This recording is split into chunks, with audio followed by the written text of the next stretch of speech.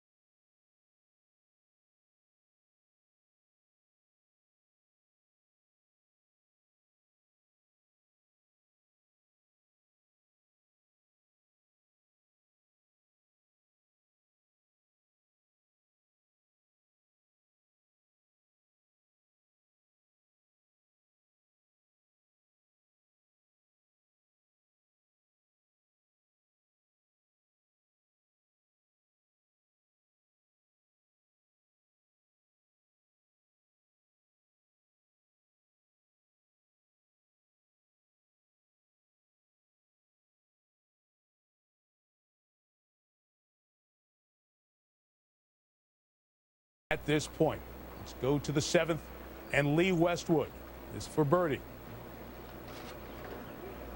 And a tie for second for Westwood, so a great start for Lee as he's rolled in 3 in a row after dropping that shot at 4. So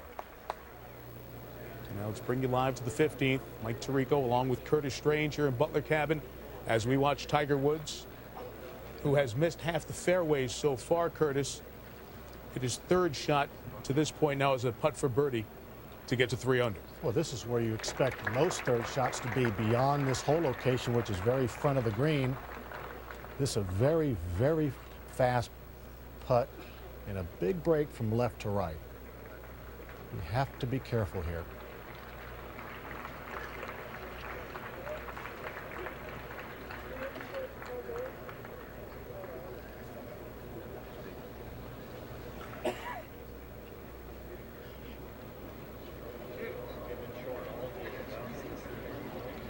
And then you see just protecting to the speed, coming up short. We see so many times here.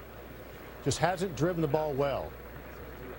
And that's been a story of Tiger's success in the turnaround, the reworked golf swing, and when he has played well, among the leaders during the season so far in total driving, the combination of accuracy and length. But been a bit wayward a couple of times here today. To 18, finishing Hideki Matsuyama, who won the Asian Amateur Championship to get into the Masters for the 2nd straight year, made the cut last year, was the low amateur. A very solid opening round despite the finish there at 18. 71, the average score is a couple over par to this point. Opportunity to play with Tom Watson today for Matsuyama. Now let's come back to 15 in this group with Woods. It's Sang Moon Bae and Miguel Angel Jimenez. The Spaniard has this to get to 3 under and tie for second.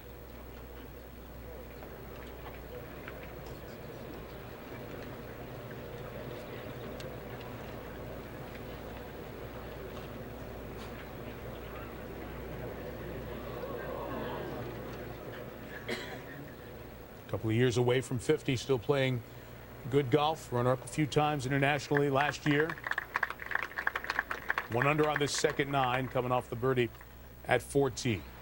We go back to 5, and Rory McIlroy, the man who led after the 1st, 2nd, and 3rd round last year, had the disastrous Sunday, turned it around, winning the U.S. Open at Congressional, opened with a double short time ago, trying to work his way back in this 1st round. I see a lot of McIlroy and Phil Mickelson here today. And here's Phil at the 4th for par. And this par 3 playing 249 yards, and the flagstick all the way in the back left of this green. Not a very tough putt, though. A little bit up the hill. Look at his tee shot. Long Save. Yeah. To the patrons, but able to get the par and a good save after Mickelson dropped a shot at the opening hole. A birdie at 3.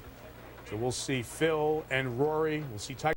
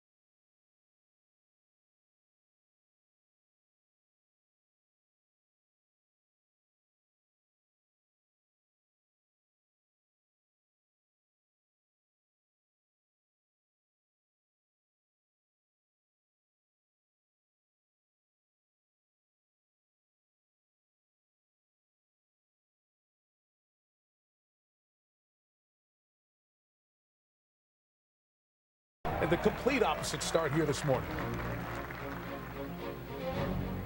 Here's Stenson with his third, or rather his fourth at the third from off the green, and a great par save for Stenson, part of an outstanding first 9 where he shot 31, highlighted by this one at the 8th for a second eagle on the first 9.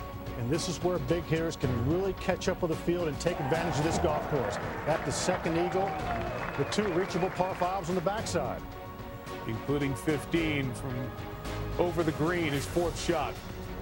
Well, this is not how you would draw it up, but it looks the same on the scorecard. That from eagle 4, birdie 4. That's some kind of shot making for Stenson today. We saw that at 15, got him to 6 under par, but he's dropped a shot since.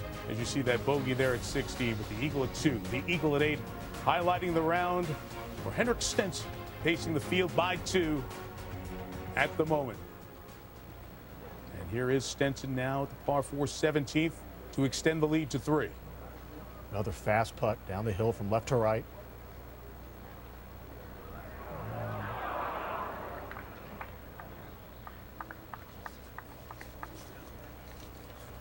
So Stenson will leave 17 with a 2-shot lead.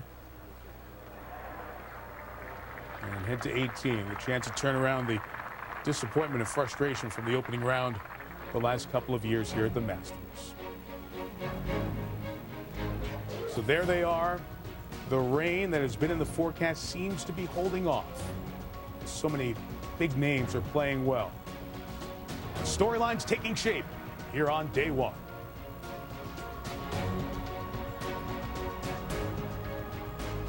From the Augusta National Golf Club in Augusta, Georgia, ESPN proudly presents The Masters. Oh, the Masters, those 2 words uttered any time of year that conjure up these familiar images. And this is the week to take it in, soak it up, and cherish the beauty. This property that started as an enchanting nursery has turned into a national treasure of a golf course. And the vision of Bobby Jones and Clifford Roberts to invite golfers for a simple tournament in Georgia, well, it's just simply turned into the grandest event on the global golf calendar. We mentioned all the concern about the weather that we've had with 3 days of rain and thunderstorms in the forecast for this afternoon, but fortunately for the players and the patrons and all of us watching, the weather's been holding off for a bit and gives us the opportunity to enjoy the 76th Masters.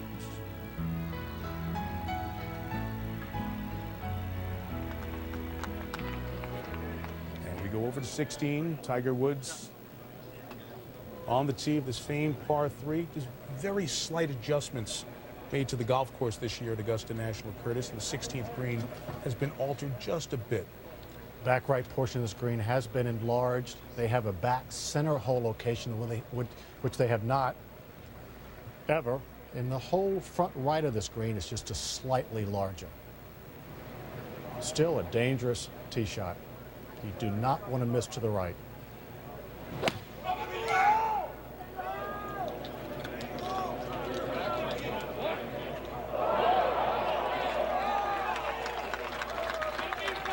Well done. Tiger, like many of the players, all the way over on the player's far left side of the teeing ground. With that maximum angle at the flagstick, an opportunity for Woods to make birdie. Saw a good shot in there before. Miguel Angel Jimenez.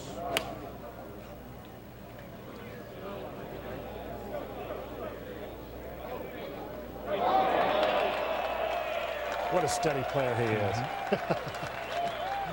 It brings a smile to your face watching Miguel. Both players will have a chance to make birdie and get to 3 under.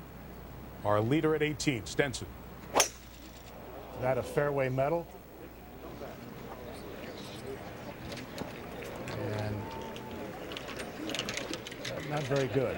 So some trouble for Stenson over there to the left of 18. And we welcome you back here into Butler Cabin. It is right in this spot 3 days from now that golf history will be made. The time-honored tradition where sport's most unique acknowledgement of achievement, the green jacket, will be slipped across the shoulders of the 76 Masters champion.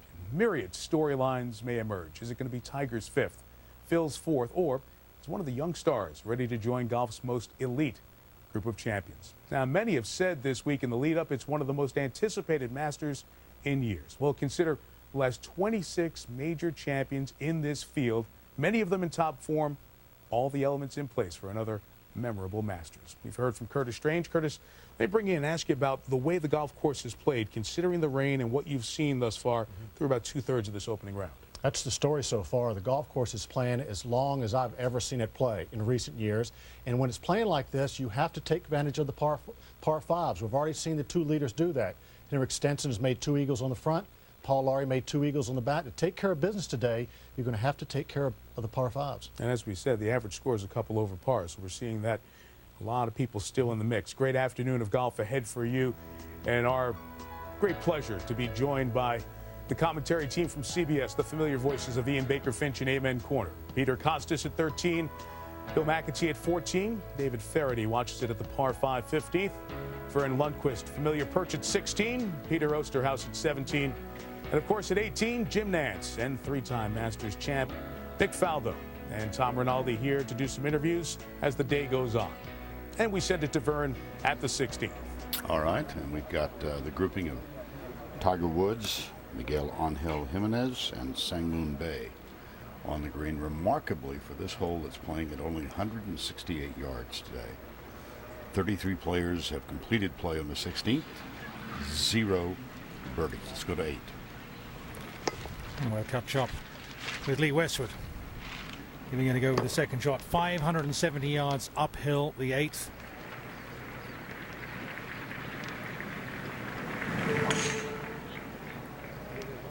Five yards shorter than number 2, but number 2 plays downhill, tee shot and second shot. He can't see over the ridge. It's a narrow entrance to the green. He'll wait for some reaction from up above. Players cannot see this portion of the fairway as Vijay Singh strolls up. To par 3 16th. Tiger Woods. Nick, anything in this putt?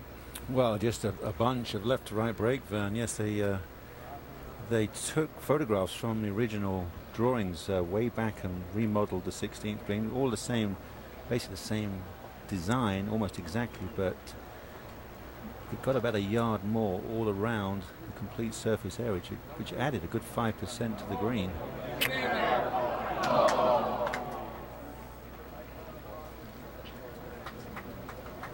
We go to 18.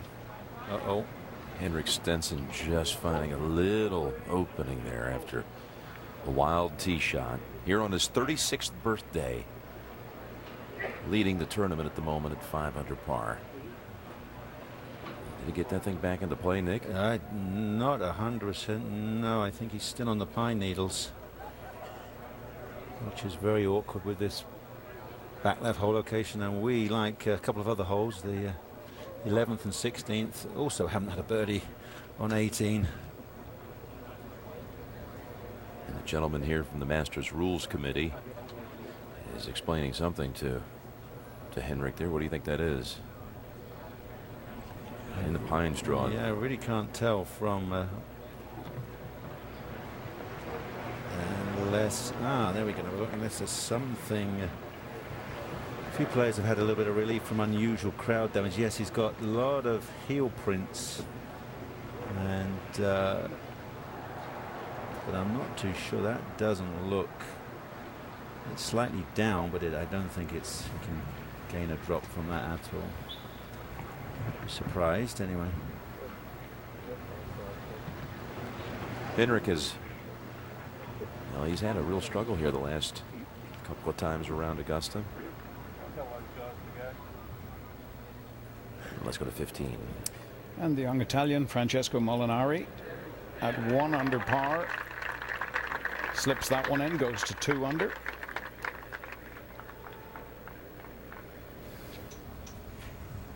To 18. So can Stenson somehow avoid a huge throwaway score here on the 18th hole? Had it to 6 under, in fact. 3-putted the 16th hole. Drop back down to -5. So he's still way back there playing his third. You see, he's had 18 previous rounds at Augusta. Highest finish, tied for 17th. He's actually done it twice, 2007, 2008. 16. And Miguel Angel Jimenez, this for birdie. Currently at 2 under. Distracted by the airplane flying over.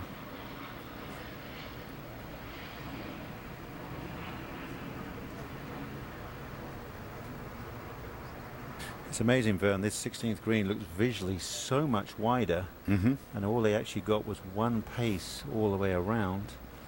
But to me, I thought it looked like, well, at least 3 or 4 yards wider. But all the specifications are exactly the same. All the slopes. Oh dear.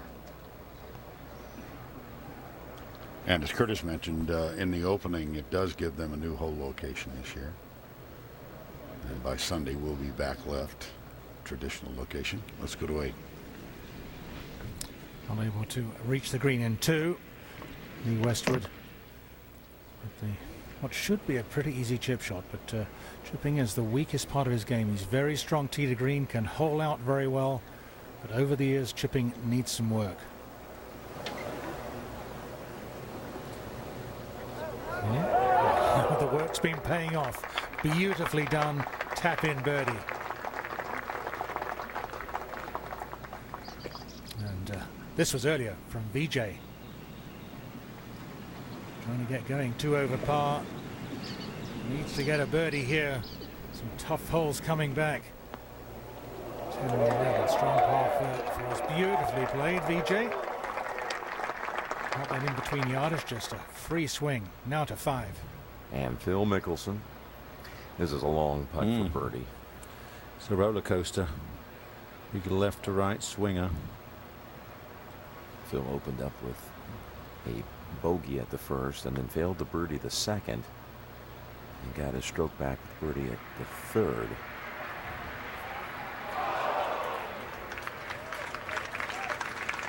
In the final grouping of the day, they had a 1:53 tee time. Now we're back at 18.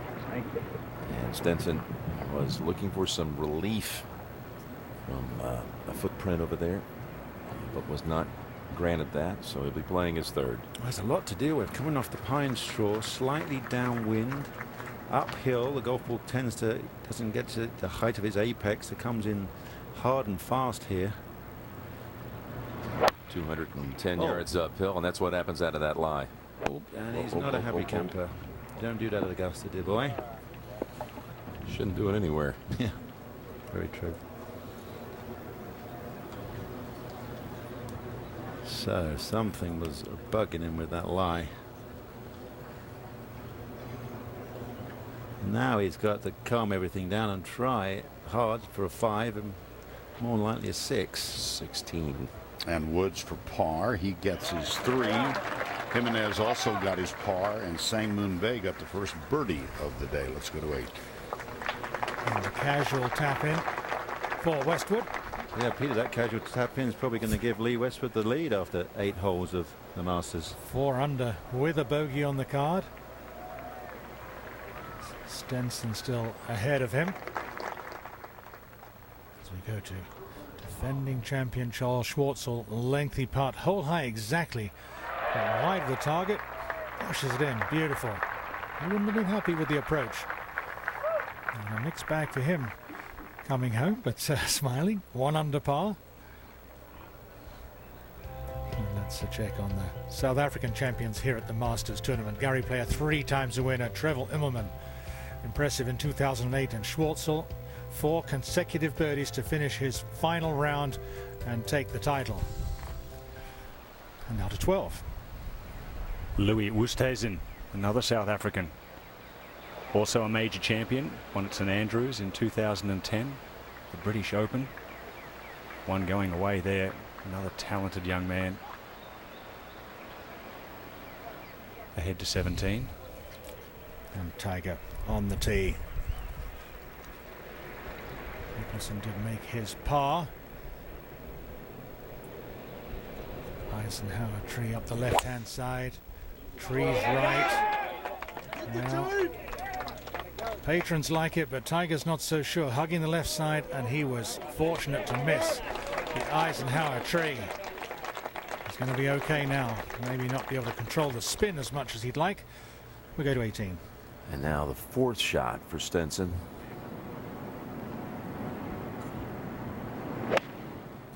Still about 120 yards. And yes, downwind, and there mails the green. So in serious trouble now, controlling the golf ball and his emotions.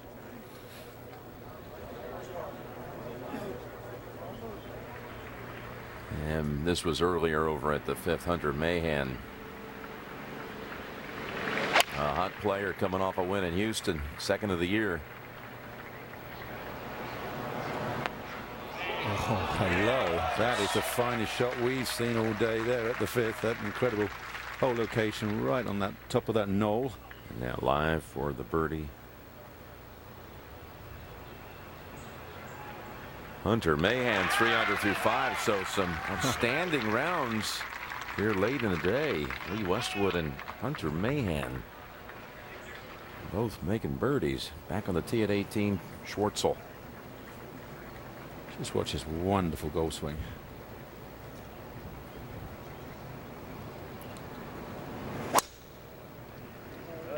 Power fade off the 2 bunkers down the left side. It was actually quite a big hit to get to those 290 odd yards.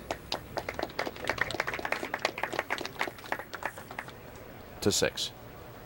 And on the tee of the par 3 6th hole, Rory McIlroy.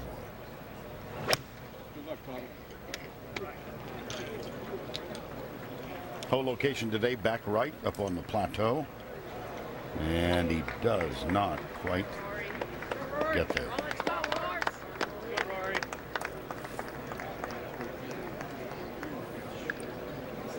That's a challenging putt from down lower left. To 18. And Keegan Bradley. Now this has been a remarkable turnaround. He double bogeyed the first hole today. And now here he is at -2 playing the final hole. Uh-oh. Up and out. And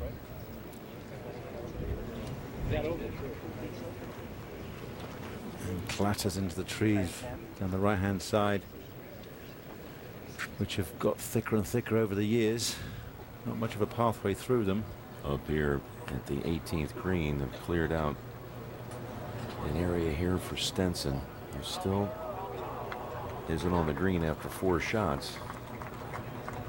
And it's actually a very difficult chip because he cannot land it onto the green. It would run straight down to the front edge. So he has to land a good 3 or 4 paces short. And there's a little upslope there. And with the grass growing away from these greens makes that very sticky. So obviously you think, well, I just hit it firm enough. But if it's one bounce incorrect what you visualize and it hops onto the green a little early with all that extra speed, then it's gone. So and it looks like he's sitting down as well fractionally in that first cut.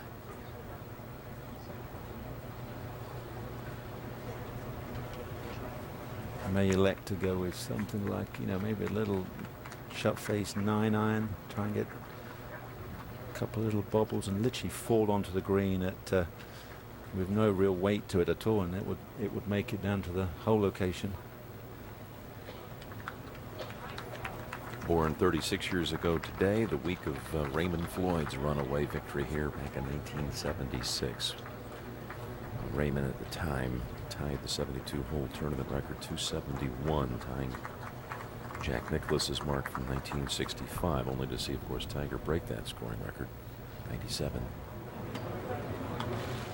He's gone with the loft, you see, tried to go for 2 bounces and got 3, and it sticks. And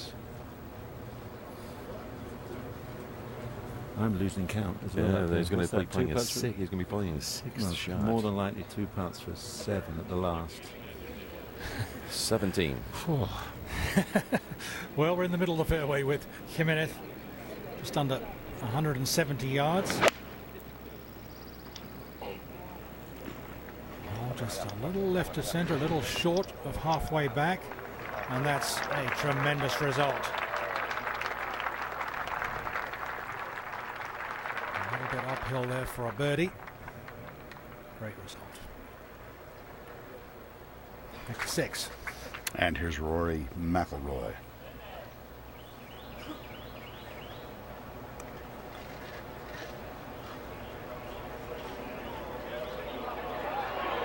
That's very, very well done.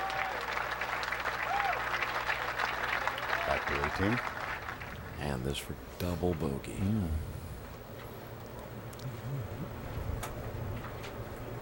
Easy now. Imagine that.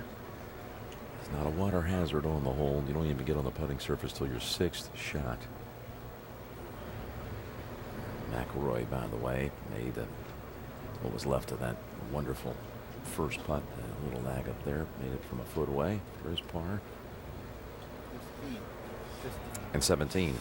And Tiger hit a big tee shot. It's only got 134 yards, but trees interfering.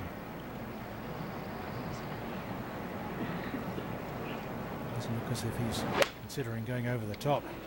See it come out fast and low. I think that might have been intentional, Peter, into that bunker. There's no other options. You fly it onto the green and one big hop, it will be over the green. Well, no way, absolutely no way to control the distance. The ball would just go skipping across the green had it found the putting surface. So a short bunker shot slightly uphill should be pretty easy. 16. And Francesco Molinari for a 2. Beautiful. And the younger of the 2 Molinari brothers goes to 3 under. 1 back of Westwood, and we'll see what becomes of Henrik Stenson. Here's Bubba Watson at the 6th hole. This is for birdie. Bubba at -1. -2. Second birdie in the first 6 holes. Well, for the moment, Henrik Stenson has his name atop the leaderboard. That's going to change shortly. Currently in second place, Lee Westwood.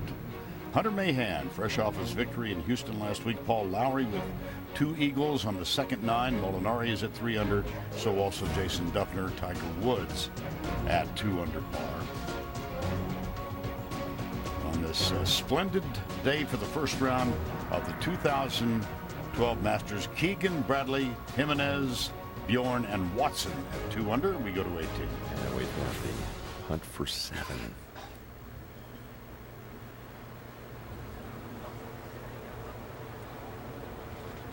Oh my goodness. He's going to now, if he makes this, he'll match the highest score in the history of this tournament at the 18th hole.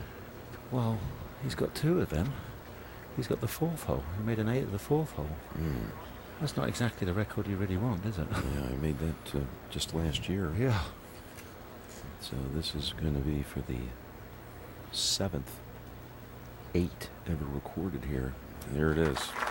Can you believe that? He had it to 6 under. Going to 16. Look at all the 3s.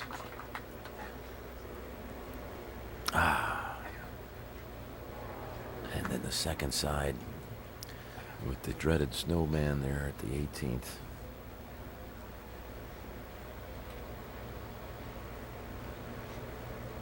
I mean, he chipped in for par at 3, chipped in from behind the green at 15. He had 2 eagles on that first side.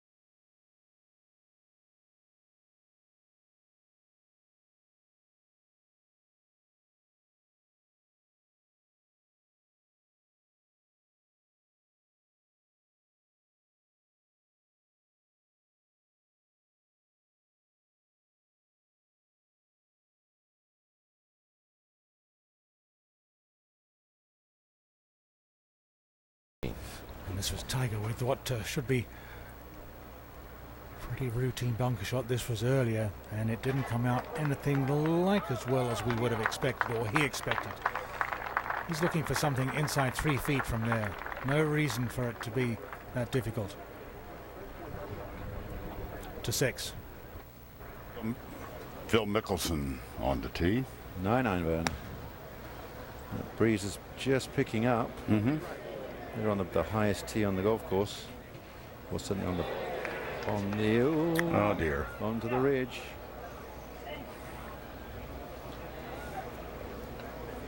And then he'd be chipping up the steepest part of the bank. Well, that's an ever-present possibility with this whole location atop the plateau. Miss it by a yard, and now you've got the uphill chip. Back at 17 and Tiger. He's finding a way to grind out a score, Peter, isn't he, certainly Tiger? Is. I wonder if he's been looking at the leaderboard on next to the 17th green, showing Stenson's 8 at the 18th. Can you imagine the other player's reaction to that? Wait a minute, must be a mistake. Yeah, but he makes this. Yeah, you're right. He knows he's only 2 back. Oh, I think he had his doubts straight away. There was a long tee shot down the left-hand side, but just too far left for him to hit the short iron safely on the green. An aggravating bogey. To 9. And Lee Westwood. Coming up the hill at the 9th. Big drive right down the bottom of the hill. Makes life so much easier for this whole location, and does absolutely the smart thing. A couple of yards to the right. Very nice stretch here for Lee Westwood. And back at the 5th and all started. This was his second into the 5th.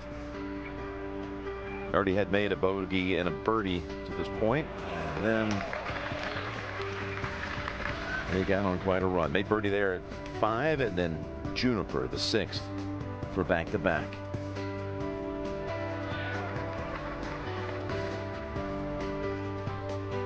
The 7, Pampas, it's called for 3 in a row. And then at yellow, Jasmine very nearly knocked it in for a 3. Flirted with it. And a little tap in birdie for 4 straight. He's got a good run at 5.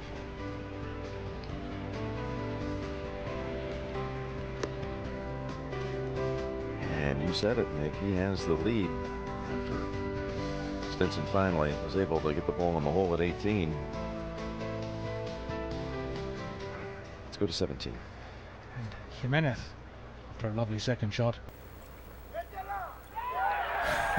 It's a big round of applause for the birdie. Slips to 3 under. This one off the Westwood lead now.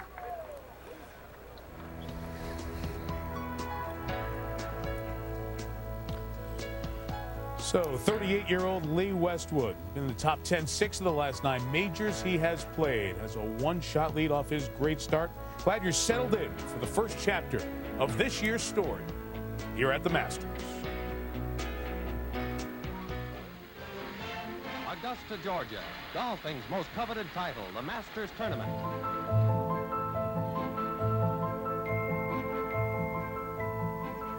The Masters began today when well-known faces stood on the tee to hit their ceremonial first shots. From that sepia remembrance to the bright Sunday back 9, so many things about this tournament are familiar. Arnold now, a side hill 20-footer. But the most familiar and enduring part of the Masters is the way so many people feel about it. When spring arrives in Augusta, Georgia, we all pause for a few days and gather with family and friends. We've gathered across eras and generations, leaning into here, settling back to watch. Who will be watching with you this year? Maybe it's your son or your daughter, or maybe you're sitting with your dad. Who isn't watching? Maybe your children have grown up and started lives of their own. Maybe your father or your grandfather is no longer here. Well, no longer living. When you recall the great shots and the dramatic wins, you don't just remember the moment, but the people with whom you shared it. The victories belong to the players, but the memories belong to you. And to the people you're with, and to the people you'd give anything to be with one more time. The green jacket belongs to the winner. The Masters belongs to you. Welcome to the first round of the 2012 Masters Tournament. Since its very beginning, the Masters has been rooted in the desire of our founders, Bobby Jones and Clifford Roberts, to grow this wonderful game and aid in its popularity and development. We now do this in many ways, including our ability to deliver this broadcast with the full support of our 3 television sponsors, AT&T, ExxonMobil, and IBM, along with ESPN and its affiliates, to millions of homes worldwide. We thank you for your interest in the game of golf, and we hope you enjoy the Masters. We're on the tee at 18, fresh off birdie. Jimenez at 3 under. Always flirting with the right-hand trees. It was high enough, so yeah, maybe got it over them. Could be a little bit, it would definitely be a little bit blocked, but got a swing at it. Over to 6. Mickelson chipped to this spot. This is for par. We had a 4 on the card for Phil Mickelson here at the 6th.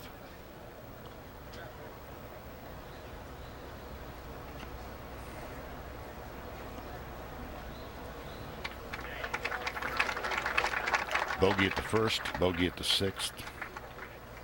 And let's go to 18 earlier. And this is last year's champion Charles Schwartzel. Just trying to get it to release. Justin Rose played a marvellous bunker shot from that same side, absolutely to 18 inches. So it's par for 72. Now this is Schwartzel for 71. Yeah, this is an important putt for Charles. Oh no. But 18 is tough. And you see the mark there belongs to Keegan Bradley. The wild tee shot here. He has that putt for a 5. And for a 1 under par round. So 72 for Schwartzel. So at the end of the day, that's all right. Yeah, I think.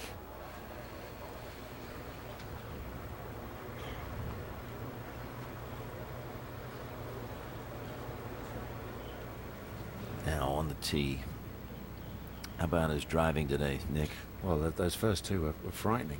Stood up to try and play a power fades and snap hooked them. And that one's exactly the same. He's hit the trees no more than 120 yards. Well, maybe 180 yards out. Let's go down to Tom Rinaldi. Jim, thanks very much. Alongside Henrik Stenson. Henrik, out in 31, you had it to 6 under. Obviously not the way you wanted to finish. What did you see after the tee shot on 18?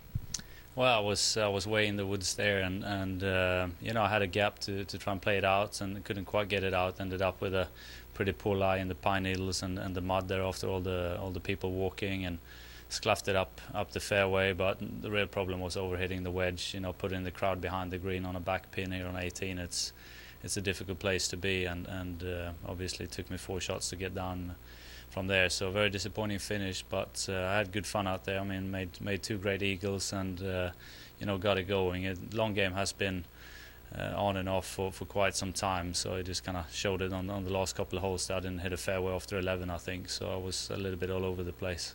How do you dispel that experience and that score before you tee off tomorrow? Well, I mean, it's a new day tomorrow, and I'm just going to go out there and try and work a little bit on it, and hopefully not hit as many wild tee shots tomorrow, and try and keep it on the short stuff. And happy birthday to you. How do you celebrate tonight? Well, it's going to be a bit of a cake, I think, with the family and friends. Henrik, we really appreciate it. Thanks very much. Thank you. Let's go to the play at 6. And here is Hunter Mahan. Recall he was lower left part of the green, so this is for par, and Mahan and Mickelson with bogeys at the par 3/6. 3 birdies in the first 5 holes, and now we go to 9. And Westwood for 31. Yeah, for 5 in a row. And no. What a good putt. Just made the left-hand turn at the last second.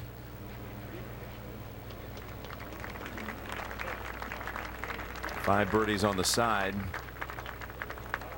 Well, I've got to say, the breeze picking up. The back 9, the second 9 is going to be a difficult challenge, really.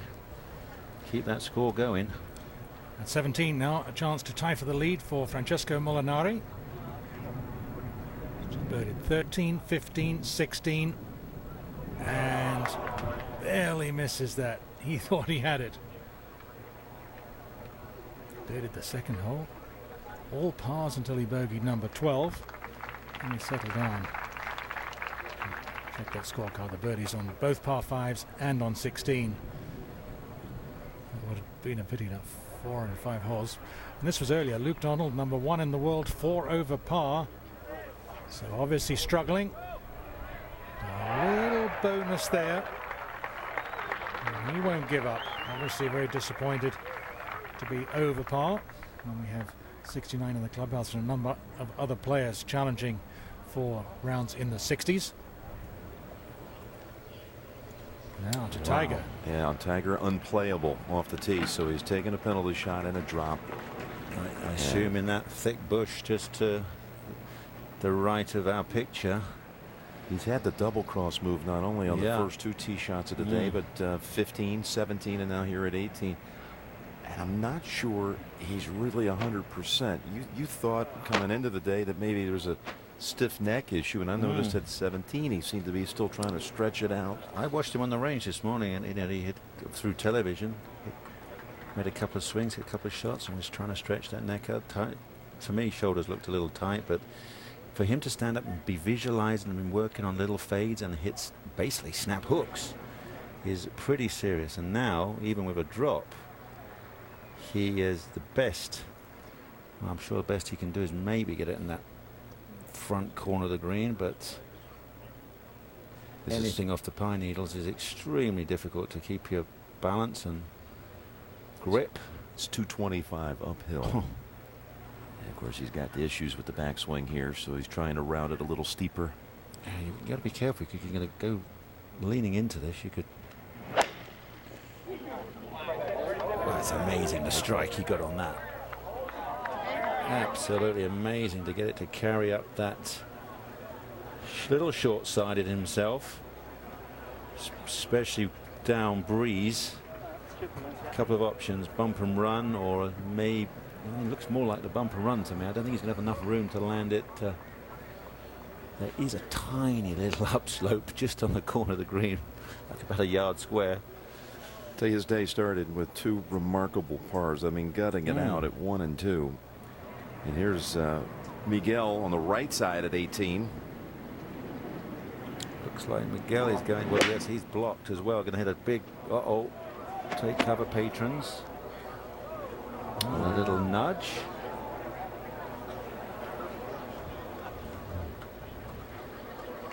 I mean, the 18th hole, when you stand at the back of that tee, you cannot believe how claustrophobic it can be here at Holly, the 18th. It is such a narrow shoot. Yes. It's got considerably narrow over the years. Those 2 bunkers there are a long way out. So they actually start from the very back tee at 298. So the power fade off those, and then it turns uphill, and it is in considerably more uphill than the graphic will give you. It's almost a semi-blind shot. You have 2 halves of this green. The front section with a false front falling off the front, and then of course that back upper tier. And we have had a birdie today. Yeah, the Kuchar birdie. Oh yes, that's the only one that was in the last hour. He just knocked it in from behind the hole about 6 feet, but it's playing a half stroke over par, toughest of the day. And it's downwind. They've got that going for them. Yeah. Wait till the wind turns around. Okay, give me the 8. There's the play over the 7th. Well, Phil Mickelson has playing, probably 70. Getting information from Jim Mackay. He's playing 170 yards, so he's laid back. He has found the fairway, though, which is singularly very difficult to do. The hole located just over that left-hand bunker. Still 162 actual, playing 170.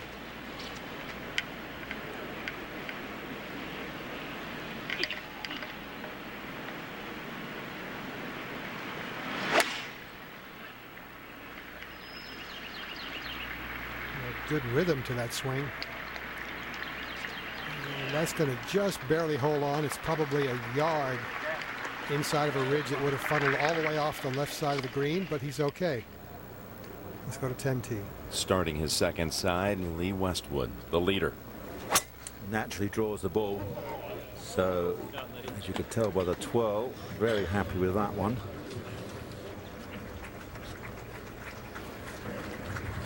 And a really good spot down that left side at 10. Tee at 18. Molinari.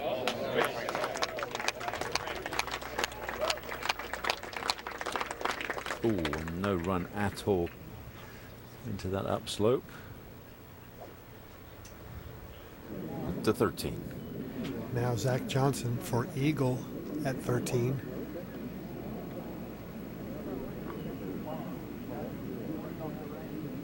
Read beautifully, struck beautifully, and it is an eagle 3 for Zach Johnson. So he gets back that bogey at 12 and then some. Zach Johnson 2 under par. Let's go to 18. Well, Jimenez will be first. He is short and left of that bunker on the far side. Putting together a beautiful round. The low man in this group, Sangmoon Bae, young Korean, is the third member of the group. He comes here 3 over, but Jimenez trying to get up and down for a round of 69. Bae's done well because he actually was 6 over at one stage in the round. Jimenez about a 40-yard chip shot. If he can just land it literally a foot or so on that left-hand corner of the green. There is a little upslope where that ridge divides this green into two sections.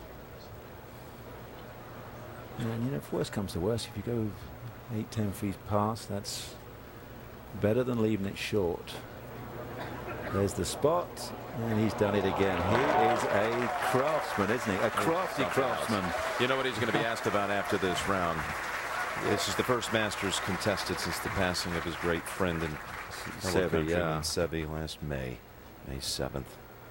He went over for the services. Miguel was there, and which were very much on his mind, and the whole Spanish contingent playing here. Well, always will be. Seve's birthday's Monday. He'll be 55 on the Monday after this Masters, so Seve is always going to be with us. All right, now the fourth shot for Tiger. I'm not too sure if Tiger's got enough room. He's a different angle. A very odd angle here. Yeah, you know. he might literally land on the last foot of fairway before it hops over. Yeah, or yard. Bobbled on, done very well. Equally well. They made those two shots look very easy. And they weren't, believe me. No. Exquisite. He's got about 4 feet for a round of 72. And for a bogey. They display the exact thing you have to do. You have to make a decision where to land the ball, and you really can't change it. Over to 8. And KJ Choi has had some trouble at the par 5. This is his 4th shot. Downhill from there. Well, that's a unique way for a touring pro to make a birdie. Sometimes they reach the green in 2, sometimes they pitch up for a tap-in, and every now and then they hold it from off the green. Well done. To 15. Kevin Chappell at a couple under par, 2 back. This for birdie.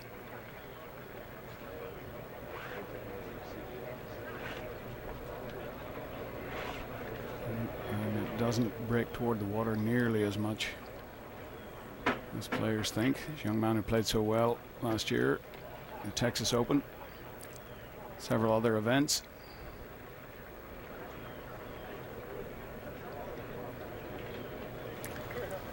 To the beautiful 10th. And look at this whole location today. Front right. And Westwood, the leader. Yeah, just 7 paces on. There's a little forced front to the left of that, which eats into the green 6 paces. But thankfully, or luckily, with the weather, it's all on that well short. Totally misjudged. It's a little into the wind now, the 10th. And down in that valley, very difficult to feel, and that ball is a good 5-6 feet below the green surface, and the bumper run is required again. Back here at 18, Tiger with about a 4-footer. This part of his game today now. Yeah, it was you great. You folks just saw him miss one at 17, but his putting has been really good. And he made a par. I mentioned a hook tee shot at 1, and then a hook tee shot at 2 that led to another unplayable. He's had 2 penalty shots, but he still made par on the second. So his putting has looked very sharp. Yeah, I made a great putt down the 3rd. That was straight down the hill. For his first birdie. Again, this is for bogey.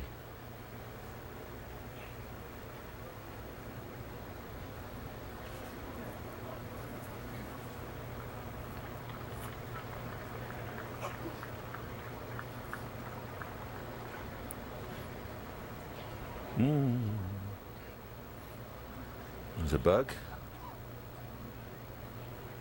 That's exactly the culprit. So now you go through a reset. Yeah, it just has to be struck perfect pace. You can't go right edge and go firm, because you can blast it straight through the break, and if you ease up, it will have a little snap hook in it for the last foot, 18 inches.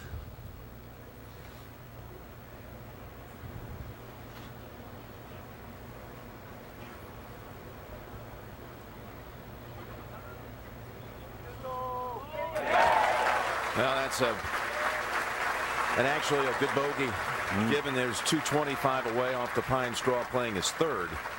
Absolutely. And up and down. A bogey finish it is. You cannot believe that the damage those drives have done today. He'll be straight to the range to sort that out with Sean Foley.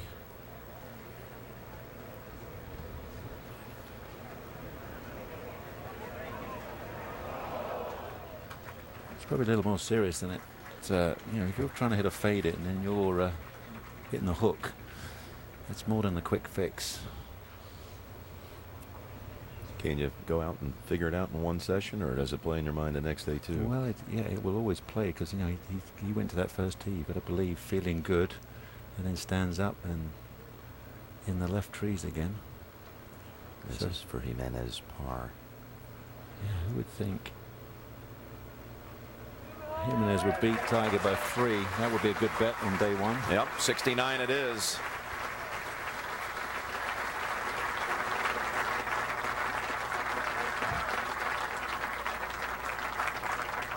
Second one recorded.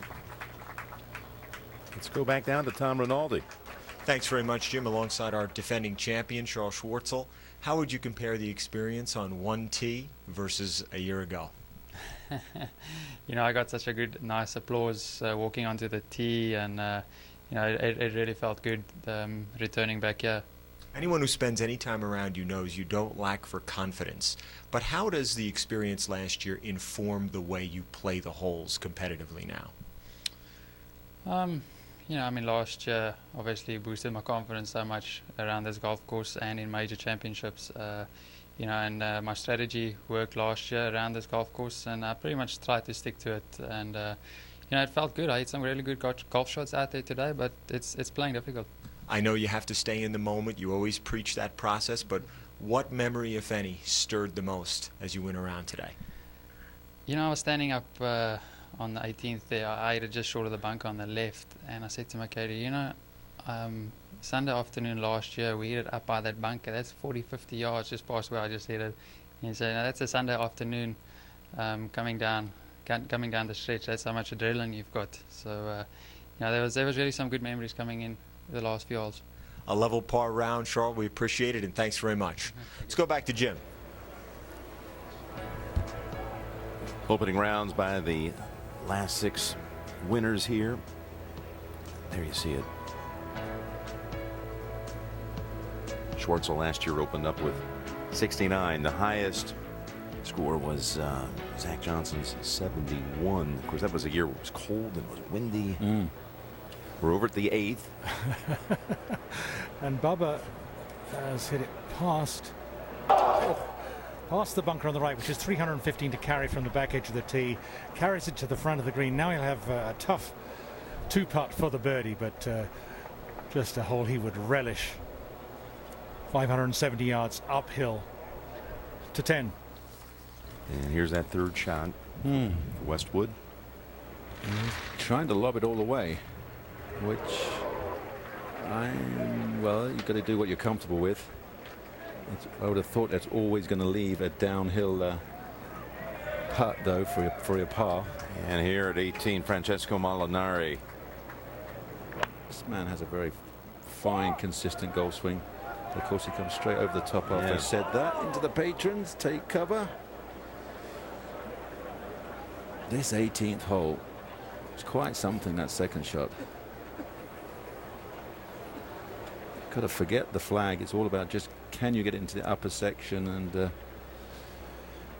get out of it with a 4. And back here over at the 10th, here is that slippery slope he talked about, Westwood, for his par. It's probably a ball or 2 outside his left edge. And just breathe on it. Oh, literally. Wow, he walks it. Oh, I thought he was going to walk it in. My goodness. But that was a serious misjudgment on the second shot, which is going to happen. The breeze has popped up. It's going to be very difficult second 9 this afternoon. Over to 7. And the quick downhill putt for Phil Mickelson.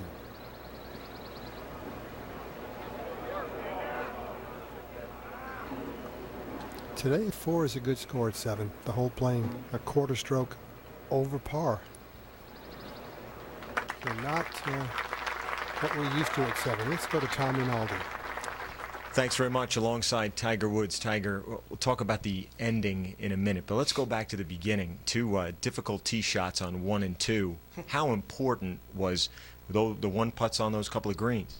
Well, it's just, I just wanted to keep grinding. Whatever it is, it's just keep fighting. And I hit some of the worst golf shots I've ever hit today. And that's all right. I just hung in there, grinded my way around the golf course, and stayed very patient. Stayed in the moment, and unfortunately that was about as good as I got right there. I could maybe have shot maybe 1, maybe 2 better, but I got a lot of that round. I know you're not often in the habit of characterizing a bogey as good, but how would you describe your score on 18, considering where you were? Yeah, it was another bad tee shot left, and I got it to. It was a tricky little drop there. And I somehow got a swing at it, and then from there, the pitch was not easy. I didn't have a good enough lie to go up top, so I had to take it down. I had to burn it in the hill, and it came out perfect. You have as good an understanding of your golf swing as anybody out here. You've hit the ball so well coming in. What did you sense on the range when you were doing your work then about what you were bringing over to the course? Old patterns, yeah, just old patterns. And like what? Some of my old stuff from a few years ago. So I've had to try and kind of work through it, and every now and again it pops up, and today it popped up a little bit. How do you mend it? As soon as I'm done, I'm going over there. We appreciate it, Tiger. Thanks very much. Jimmy? Well, thank you, Tom. That's pretty big admission there by Tiger, and you think, how does that happen? How does that creep into your game after you played so well in your last outing just 2 weeks ago and won? Well, he's played well basically the last couple of months. Because Tiger's, as he says, been doing the reps, playing more tournaments. The golf has been getting better and better, and he wins at Bay Hill. And for him to admit that old faults come in, Thursday morning of the first major of the year, amazing. Here's Molinari from deep in the gallery. Look at this shot. I tell you what, you couldn't put 3 other guys down there with those 3 golf shots. And what's the total? 8 feet or 10 feet for 3 shots? Making it look like it's nothing. That is very impressive. He'll have that putt for 69 as we go back out to the 8th. And Bubba, lengthy putt for an eagle. Look how softly he hit that downhill, and he may have misjudged it. Well, not speed-wise. It's a little short, but a very difficult green to read with the speed as high as it is. Very difficult. 211. Jason Duffner now to remain at 3 under. His 6-footer for his par. He had to wait a long time there for his fellow competitors to hole out. He had the closest putt and will walk to the 12th tee with a disappointing bogey there. Back over to 8. Now McIlroy putting uphill should be straightforward. Of course, are beautifully smooth, no problem for Rory. Back to even par after making a mess of the first hole. Birdied both the par 5s on the first 9 and a smile. That's more like it. Back to even par. And just 3 off the lead. 4-way tie at the top in the first round of the Masters.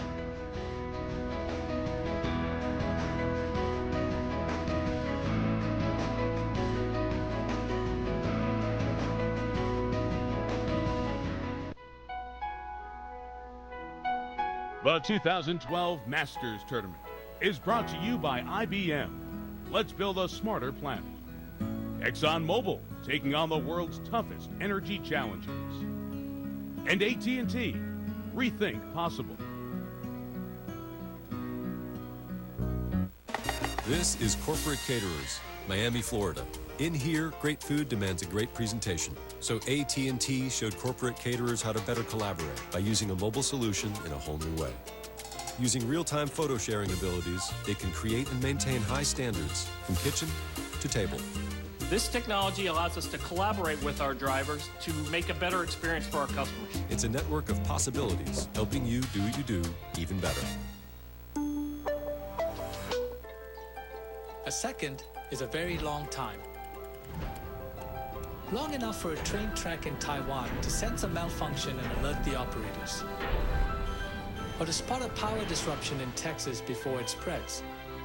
Or help a global finance company pinpoint fraud and protect customers.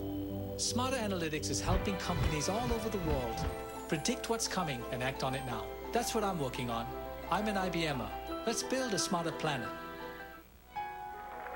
We're back at Augusta, where one of the great traditions of the Masters had another man added to it. The big three were together again this morning on the first tee. Good morning, ladies and gentlemen. I'm Billy Payne, chairman of Augusta National Golf Club, and welcome to the 76th playing of the Masters Golf Tournament. And first on the tee, ladies and gentlemen, Mr. Arnold Palmer.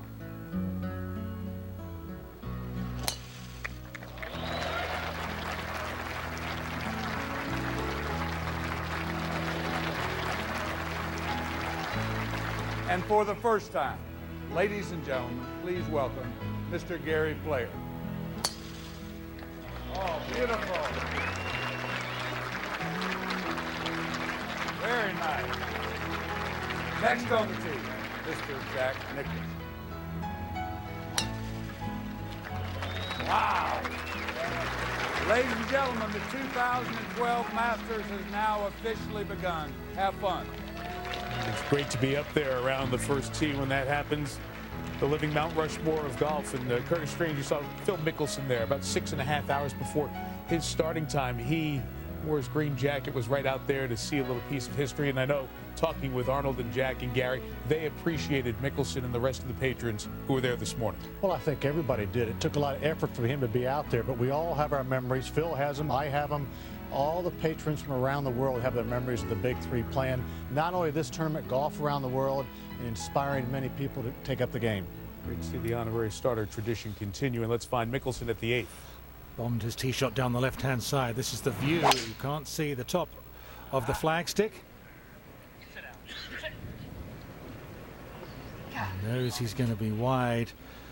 And the ball did sit down. If it had gone 10 or 15 yards further, it would have been a difficult chip over a ridge. Now he's got a little room to work, and he'll be looking to chip that close or perhaps in. And this was earlier. We saw the long putt from behind the hole.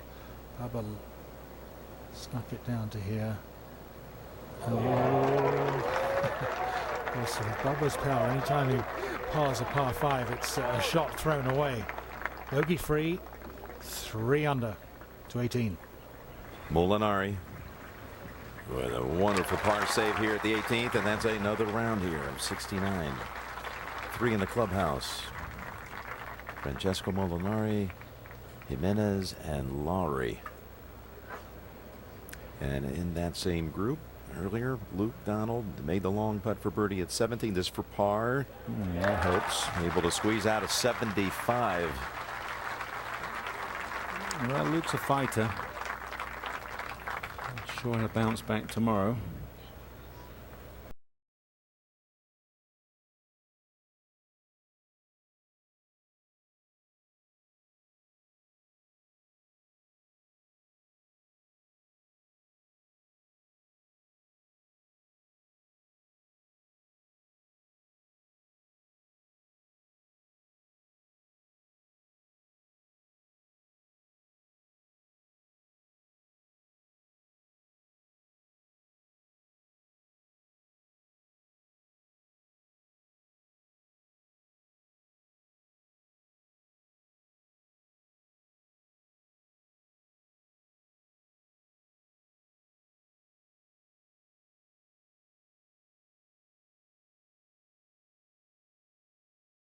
Place for devotion by some men to the delicate care of nature, and by others to the perfection of their craft.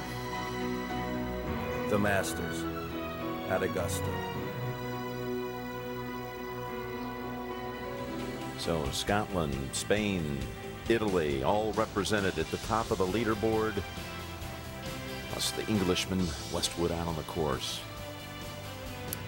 Watson also there at 3 under par early in his round. And a very good start there for Bubba. Let's go out to the play at the 12th. Ian Baker Finch is there. This was just moments ago with an 8-iron. Jason Duffner, who just came off bogey at 11.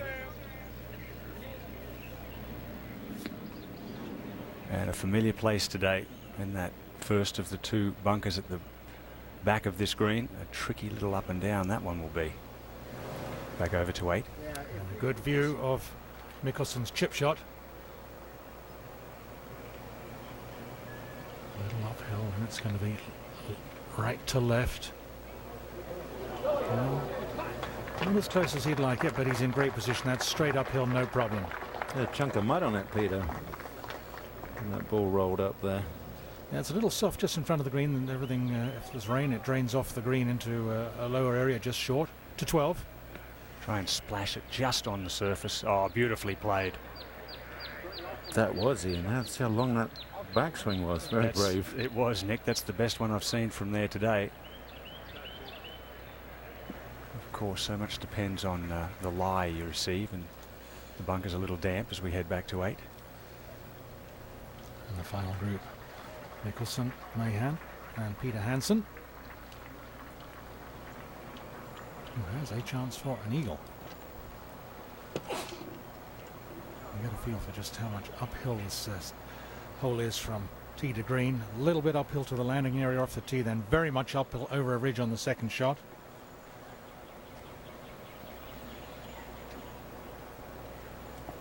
Hansen, 34-year-old from Sweden, has a home in Orlando. And 4 times a winner in the European Tour.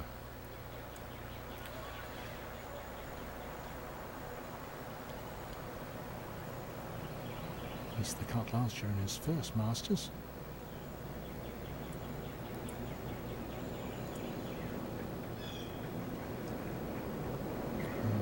Aggressive stroke, a little too aggressive. Pulled it.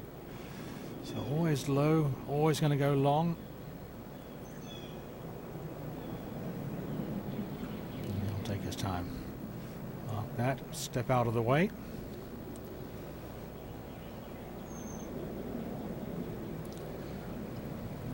An accomplished player with 4 wins on the European Tour. As we go to 12. And just a tidy up 2.5 footer for Jason Duffner. Playing in his second Masters. Finished tied 30th last time he played in 2010.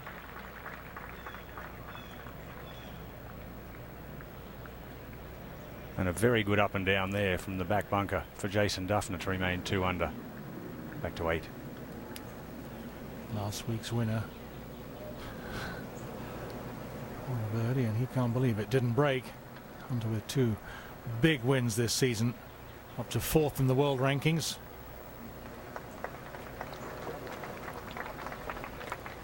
.455, a disappointing little run. Now to 11. Lee Westwood's second shot at the long par 4, 505 yards this hole.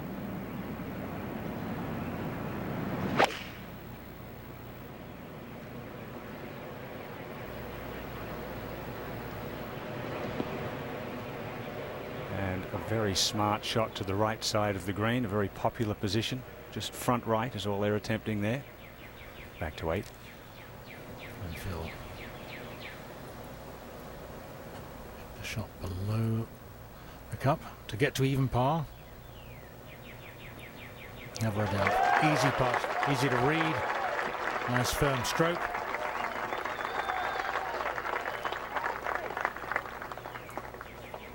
Birdies, 2 bogeys, even par, and a smile. That's good. 16. And on the par 3, here is Louis Oosthuizen. 2 under.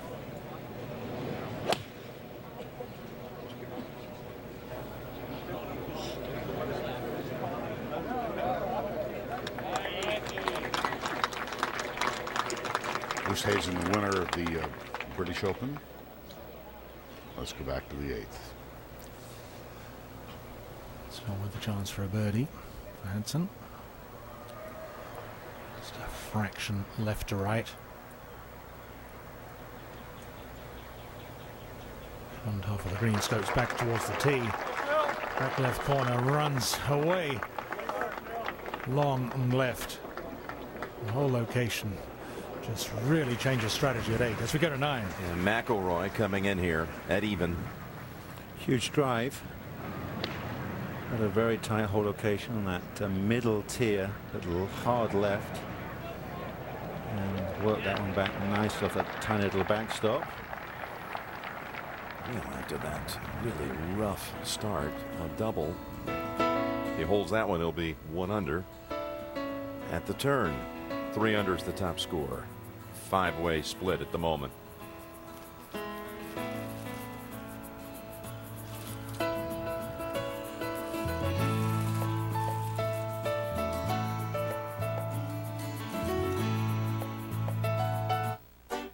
My specialty is pastries, not predictions. Knowing what to make and when could help cut down on thousands of unsold baked goods per month. Using analytics, we discovered when it's drizzling outside, people eat more cake. And when the temperature rises, panini sales go up. Finding these hidden connections helped our European bakeries increase profitability by up to 20%. Let's build a smarter planet. America is facing some tough challenges right now. 2 of the most important are energy security and economic growth. North America actually has one of the largest oil reserves in the world. A large part of that is oil sands. This resource has the ability to create hundreds of thousands of jobs. At our Curl project in Canada, we'll be able to produce these oil sands with the same emissions as many other oils. And that's a huge breakthrough. That's good for our country's energy security and our economy.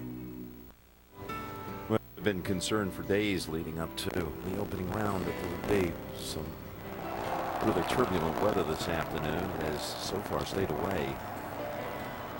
And the conditions have calmed down a little bit. It was gusty about 20-30 minutes ago, but it's still at the moment, the flag here at 18 barely moving.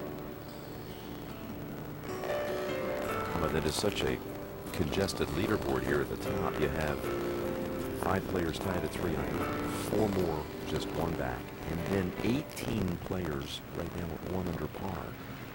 As we go to Mickelson, fresh off birdie, at the tee at 9. Phil enjoys just giving them 100%.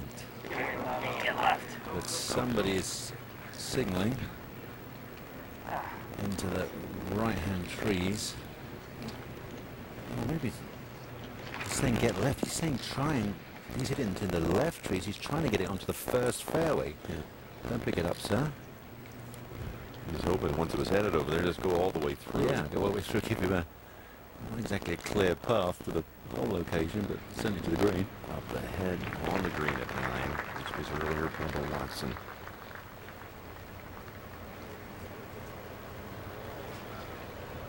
Playing with McIlroy and Cabrera. And let's go back over to 11. Where Lee Westwood has chosen the putter from just off the fringe. A little bit of swing in on this one? Yes, Nick. A good 15 to 20 feet of right to left break. And very quick up towards the hole. Not a bad result. 3 foot below the hole there. 8. Back to 9. Now here is Rory with a birdie putt. Once he steps up, you see no practice stroke. You know the deal. Ready to go. Just looks for a spot. It's for birdie. Certainly high, sure is. Oh, wow, what a fine turnaround that is.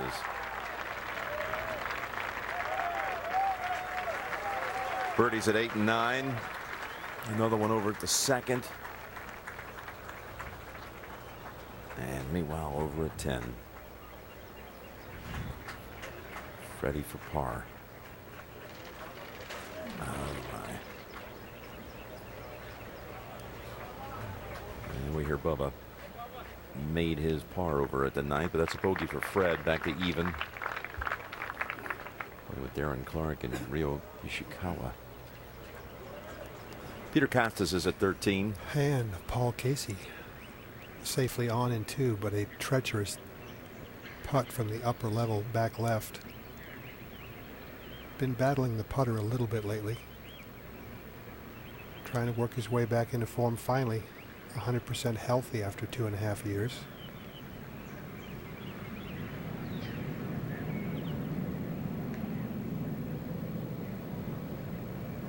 You've cancelled all his next snowboarding trips? Yeah, snowboarding's out for at least until next December, he said. But I got to wonder, Nick, how many eyeballs are going to be on Rory McIlroy's tee shot as he goes to the 10th to tee? the 10th, good point. This year. It's a slightly different golfer this year than they... Vastly different, mostly with the putter, especially. So Paul trying to work himself back into competitive shape.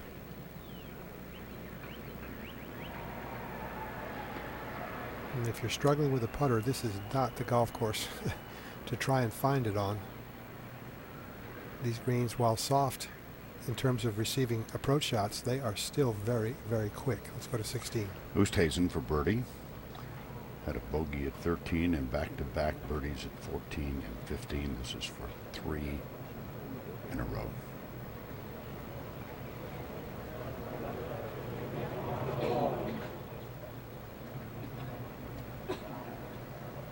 Back to 11. This putt is right on the right edge.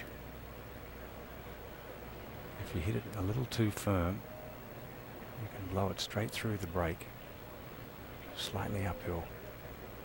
Beautifully holed for Lee Westwood. Remains at 3 under and a tie at the top with 4 others. Playing in his 13th Masters. He's been second here before. And so many other close finishes. To 15. And the amateur Patrick Cantlay. With this, well, it's relatively simple looking, but it's just gauging the speed. That's the key here. Slippery all the way down to the hole.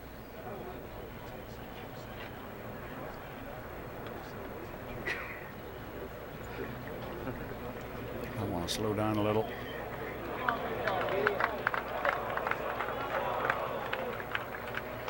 Now, that didn't need much more to find itself in the water. That's the lack of tolerance that this 15th hole, especially the green, has. And here is the amateur leaderboard. Matsuyama, the medalist last year, in the lead. Cantlay at even. A couple of guys there. Kraft and Mills at +2. Bryden McPherson +5. Randall Lewis at 54 years old +9. To 10. All right, well, here we are. McIlroy on the 10th tee since first time competition here since, of course, last year the 54-hole lead by 4, and then the hook tee shot here that led to 80. We're sitting here so far now. It's just going with a 3-wood to make it easy to turn it over. We started right. Yeah, I'm not too sure it's coming back. I would say no. I wonder if that was a reaction to last time he was here. I would think it had a lot to do with it. Yeah.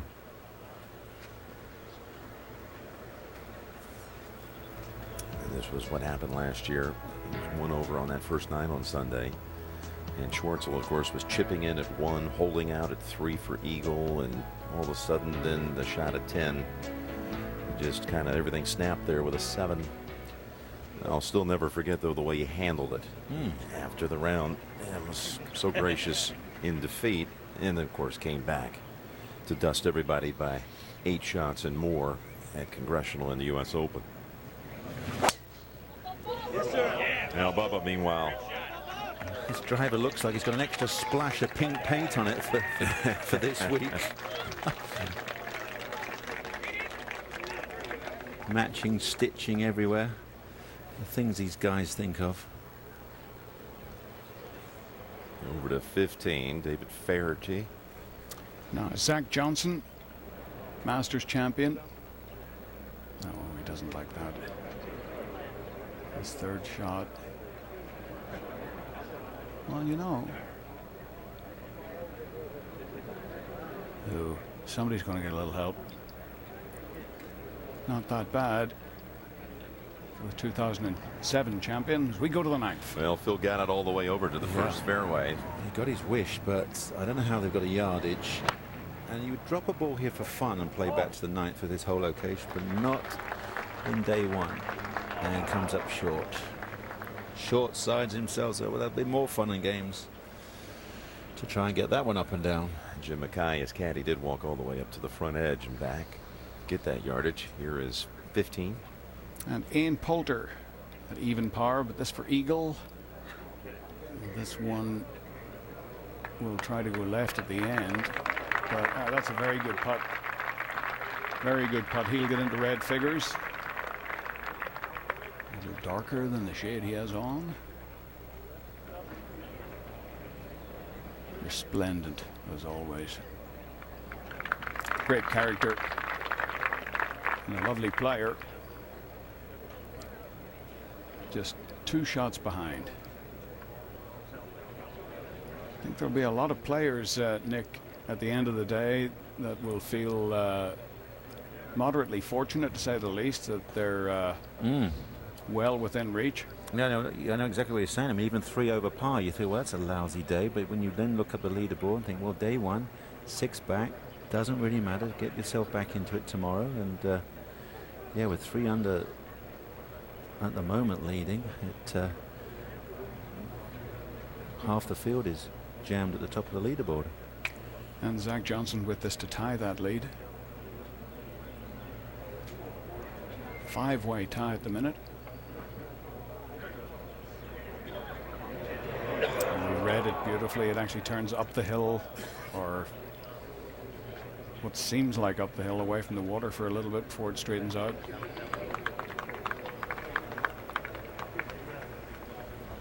To 9. And just look at where Phil is aiming here. He knows he can't go at the whole location because there's a ridge just just barely got out. Yeah, but he got him straight at the flag. Thought for a second there, didn't he? Left it in. Just the corner of the screen there. That's another ridge, and that would send it down 40 feet from the hole. For the 12. Westwood on the tee of the par 3 with an 8-iron.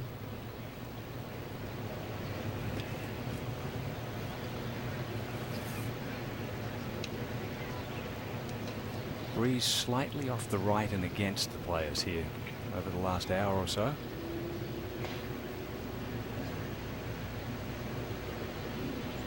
And that is the main consideration here, to that back right hole location.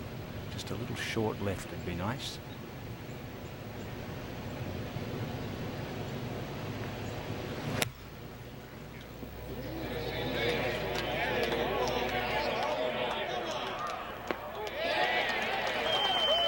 Perfect. Could not have asked for better.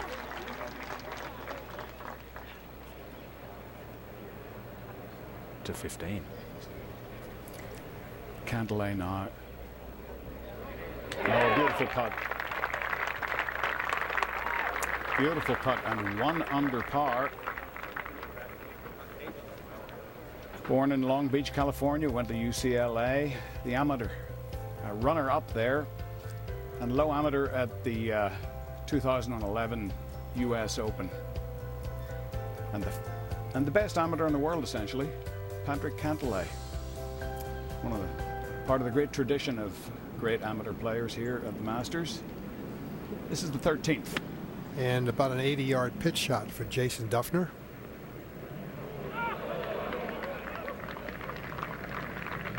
And nicely done. He keeps it below the hole, so he has a chance now to make that to get to -3 and make it a 6-way tie at -3.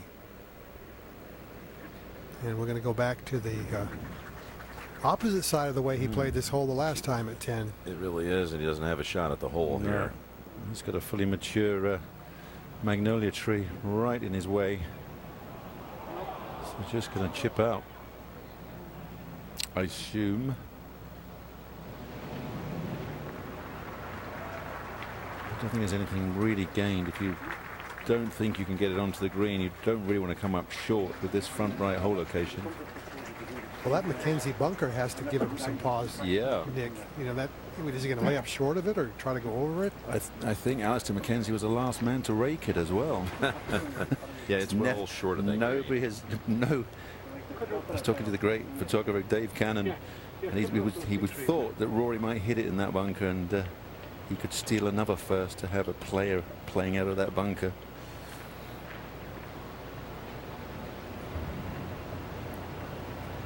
I think Rory's going for it, you know. I think he's going to try and play some big slicing banana. Very dangerous if it just doesn't turn over coming off a mucky lie.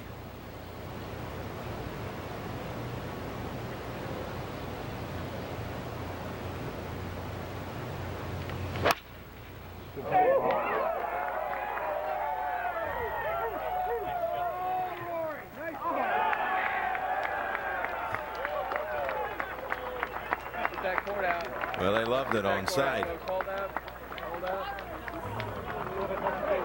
If it makes it to the upslope of that bank, that would be a little easier than right at the bottom of the hill. Over 9, this for par. He slammed it.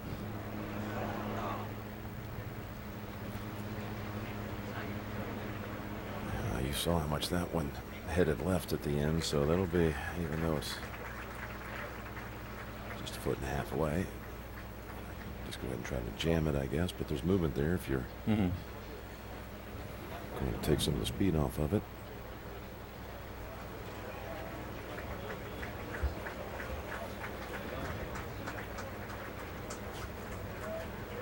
There it is. One over side. 2 birdies, 3 bogeys.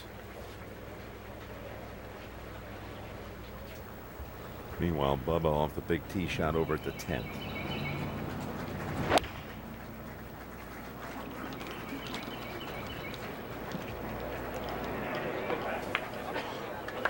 Safe. I'm not happy with that. Worked a draw in there with a short iron. Quite surprised at that one. Bringing that almost that tree line into play. Over to 12. And slightly up the hill here for Lee Westwood from around 20 feet. We've seen 10 birdies so far here today. Whole location's been quite accessible.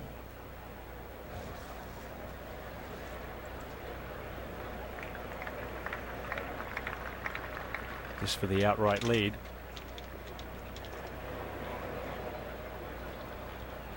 But 4-3 at 11 and 12 is not bad at all for Lee Westwood. Remains at 3 under, 5-way tie at the top.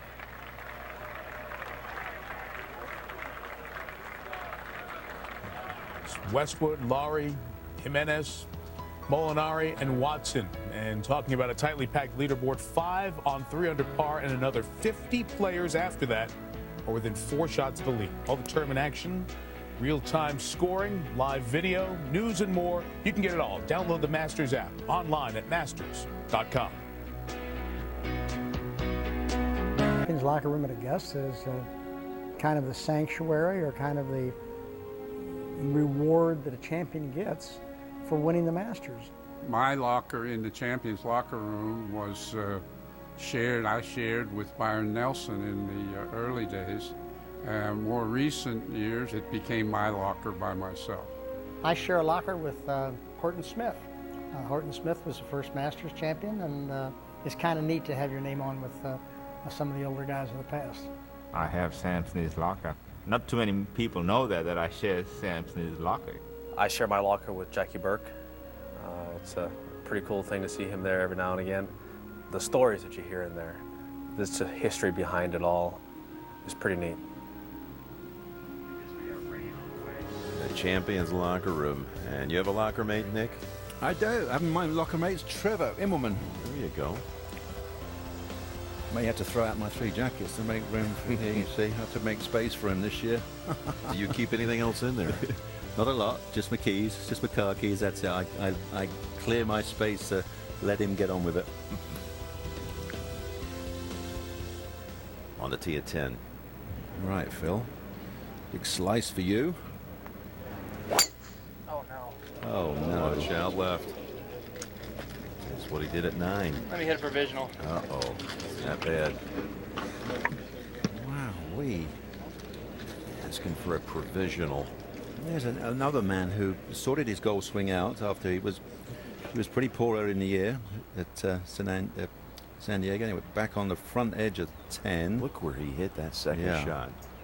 Got a little birdie chip here. You're right. Keep going. There's a little bit of mud on that ball. How much did he have to slice that shot?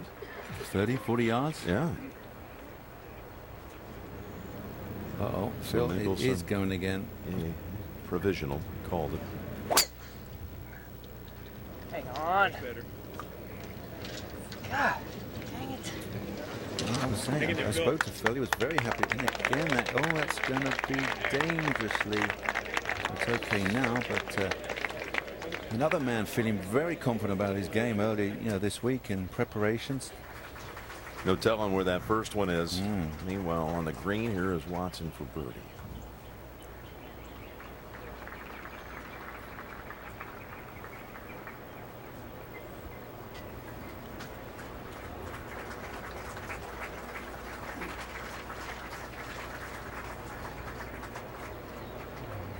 Like a little bit of a shove to that one, didn't it? It wasn't look the full commitment, because you cannot believe you're looking at 4 feet of break. Yeah, whistling could have given it an extra 4 feet of break. And 13. Well, Jason Duffner now to tie for the lead. Oh, nicely read. A lot of players have been coming up short with that putt today, but not Jason Duffner. So now we have 6 tied at -3. That's the good news for Jason Duffner. The bad news, in the last 26 years, only one first-round leader has gone on to win. That was Trevor Immelman. Let's go to 17. Louis Oosthuizen, 157 yards to go out of the second cup. So trying to control the trajectory and spin, and he does it beautifully. Excellent chance for a birdie 3 coming over that front right bunker. 14. The sweeping dog leg left par 4 for 40. Duffner.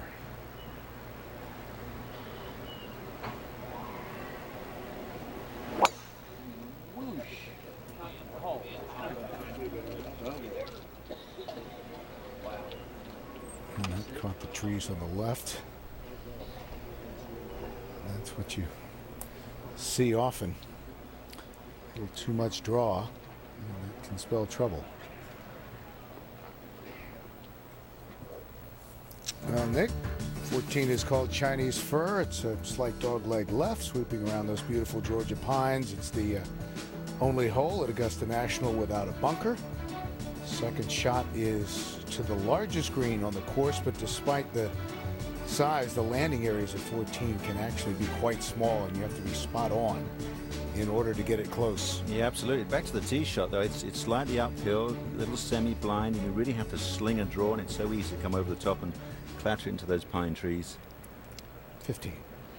And Ben Crane, who is just one shot behind the pack of 6 at 3 under par.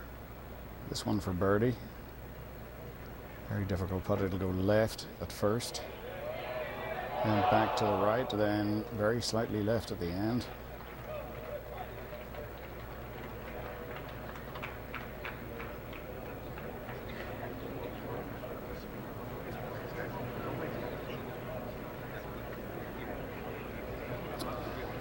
Wow. Both 13 and 15 on the inward half here at Augusta National. They tempt you. They tell you that you should make a 4. 5 is never a bad score as we go to 10. Wow, hands well behind the putt ahead. And that wasn't a very comfortable stroke. That was 2 little kind of prods or pushes at that on the 10th green.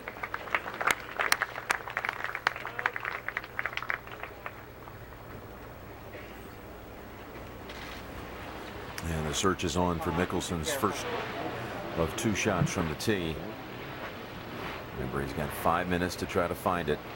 He'll be very fortunate with all that ground cover to be right on top of a golf ball, and it's Phil's. You need a lot of luck there to find that one.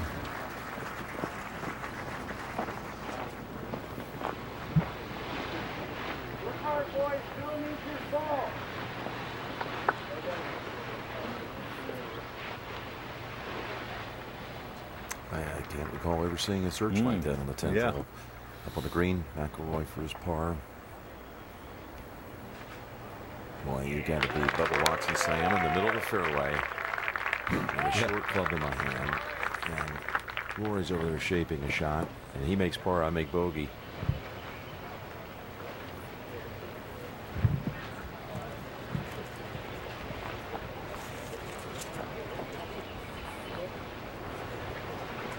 It always amazes me when you've got a premier player. You remember when Tiger at Turnberry losing the ball in the gorse there, but there have been other occasions. Nicholas years ago at Shinnecock back in '86, and there are thousands of people in the area that see the ball flight, and you would think someone could pinpoint it to maybe like a 10-foot circle. Well, this is a very unusual ground cover for Augusta National. Normally it's the pine needles below all the beautiful pines. Everything's manicured, so this area obviously left natural, and there's a slim and zero chance of finding that one. 17. And Oosthuizen a chance to tie for the lead. And that's a remarkably horrible record so far. 19 over par. The last 3 times he's played, he's missed the cut 3 out of 3. Total change. Those chances you were talking about over 10. As I said, yes. 0 and none, and just a smidgen. They found a something. zillionth. But it must No, not be his. the odds on it. The odds have got to be.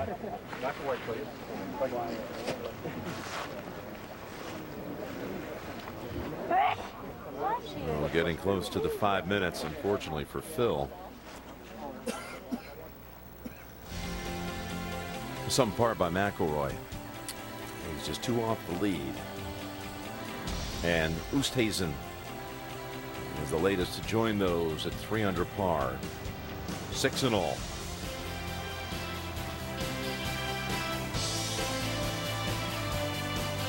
We always hear about jobs leaving America. Here's a chance to create jobs in America.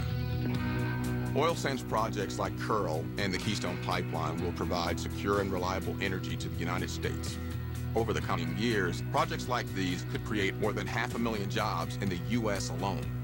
From the Canadian border, through the Midwest, to the Gulf Coast, benefiting hundreds of thousands of families throughout the country. This is just what our economy needs right now. This is the AT&T Network, a living, breathing intelligence helping business do more business. In here, opportunities are created and protected. Gonna need more wool. Demand is instantly recognized and securely acted on across the company, around the world. Turning a new trend into a global phenomenon. It's the AT&T Network, securing a world of new opportunities. Well, the search is over. The time is up.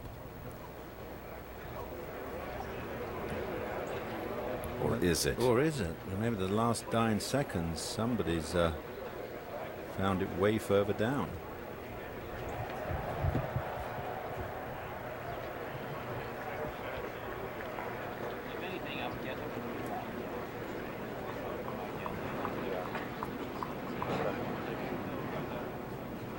Nick, there comes a point where you'd almost rather lose the ball if the situation is going to be so dire. He might not be able to get it out of there in 2 strokes. Yeah, but you can't.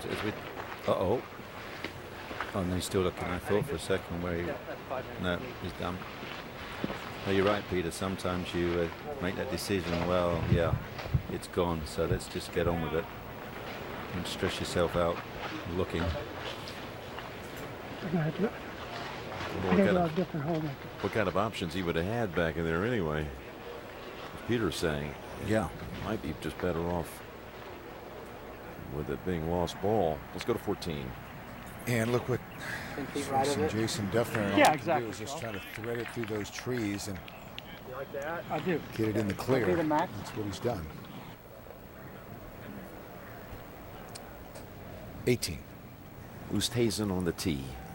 This man is swinging extremely well, getting a lot of credit from his fellow professionals. So that's a good shot. Yeah. Of course, he ran away from everyone. St. Andrews 2010 win the Claret Jug. Really, since that time, he's battled some nagging injuries too. So he's healthy now, and look how he's playing. Over at 12 on the 20-year anniversary of his green jacket performance. and in his 105th round at Augusta National. An 8-iron for Fred. Ooh, it'll be a precarious stance. Just a little bump and run. The wind's died down here. The clouds have rolled in. Very, very still right now. So we head back to 10. Mickelson now. Then actually that may not be enough club. This wind's picking up. Maybe being talked into another club by Jim Mackay.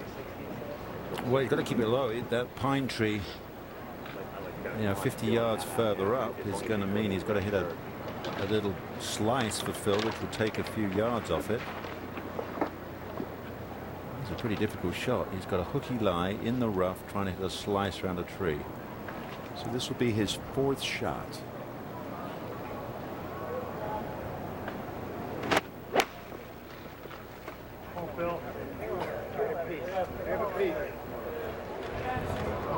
That's not the side you want to miss. Wow, again in the back, steep downhill, top side of a bunker, coming back onto a downslope. Put himself under an awful lot of pressure. Bill McAtee's at 14. 3rd shot for Duffner. He's gotten off to good starts recently. He shot 66 in the first round of his last 3 opening rounds on tour. Doral and his work in Bay Hill. Got a good one going here. I'd love to get this up and down for par.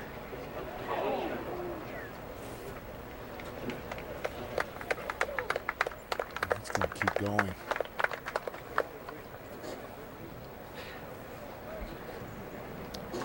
Finally settles.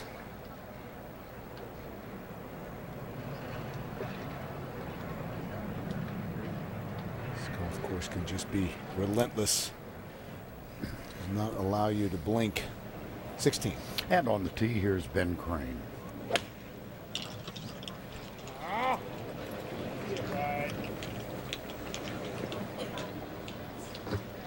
Thus the awe. Long way from the hole. 13. From about 210 yards, Lee Westwood, his 2nd. Will it catch the slope? Not quite. That has been the area of choice, to leave your 2nd shot safely on the green, but no guaranteed 2-putt for Lee.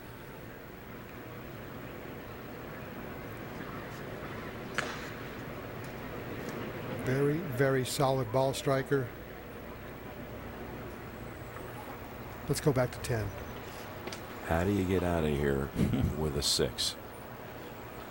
And I got a feeling he can't go at the flag. If he runs off, it's going to go off the front edge, and it's gone. So once again, 2 bunker shots in a row. Phil has to go out sideways.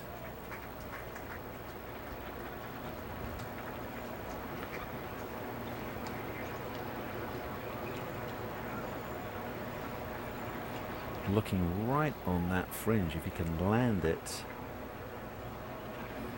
on the fairway cut there. Settle, settle, settle, settle. Be banking on hitting one of those stamens falling out the tree and stopping the ball.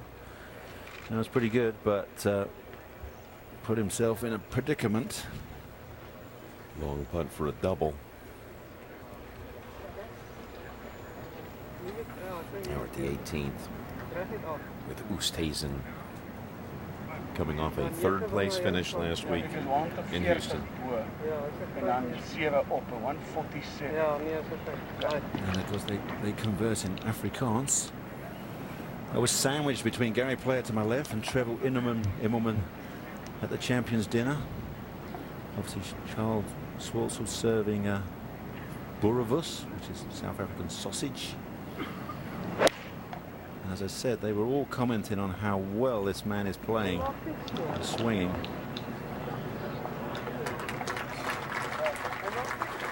That stays up. Just gonna hang.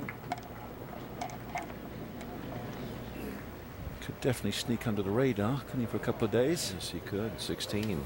And Ben Crane Should he make this, we'll join the group at 3 under.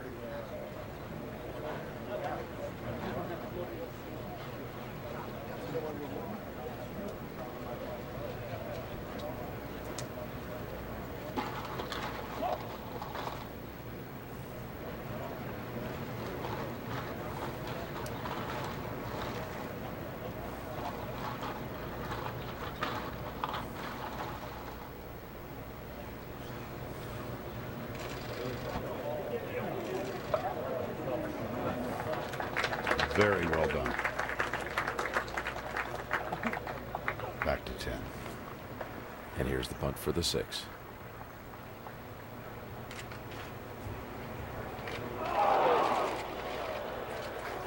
So 2 bad drives in a row cost him 4 shots. That's very expensive. You know, Phil got away with it for his last win. He drove all over the show, didn't he? He was in many a tree and was making paths from everywhere, and now needs to find somewhere, just getting a couple back. He would still be in it if he can get back to 2. Second triple of his Masters career. As we return to the 14th. Jason for par to stay at 3 under and maintain a share of the lead.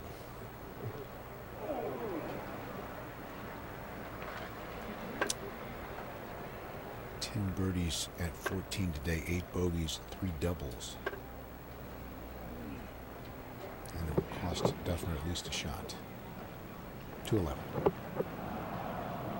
Second for McIlroy from the pine straw to the right. Thread it through the trees. A low punch. Caught the last limb. Right back. Just a little high on the face, I believe there, Nick. Just popped up a little too high. But Bubba in a similar place. But they were both punching out towards the pond there, which looked a little scary for a moment. Yes, this fairway down the hill towards that pond is very wet. Not a lot of roll as in years past. So Bubba's going to try a mega hook. Big sweeping hook. Oh my to goodness. The right side of the green. He's done it. Down off the mounds, may even find the surface. Very well played. That was a great shot. 11 seconds. He loves to work the ball, doesn't he? Always playing some sort of shape, so that's not a strange one for him. 40 yards of hook. Now Freddie Couples, after the little chip shot from just over the back, remember he was hanging up there near that back bunker, as this one straight putt straight back up the hill.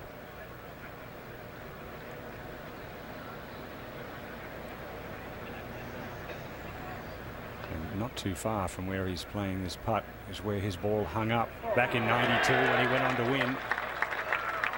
He has some fond memories of this 12th hole. For a 52-year-old, playing pretty well as we go to 13. And the eagle putt for Lee Westwood.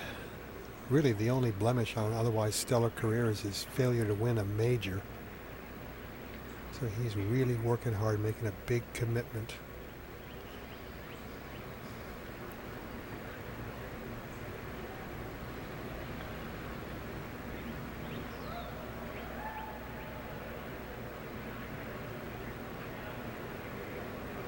Lee's working hard on his fitness. He's playing more over here. Everything he can do to make one last concerted effort. He's got about 5 majors left before he turns 40.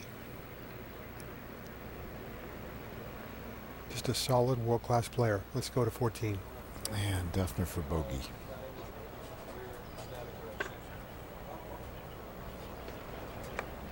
And he'll drop 1, playing in the second Masters.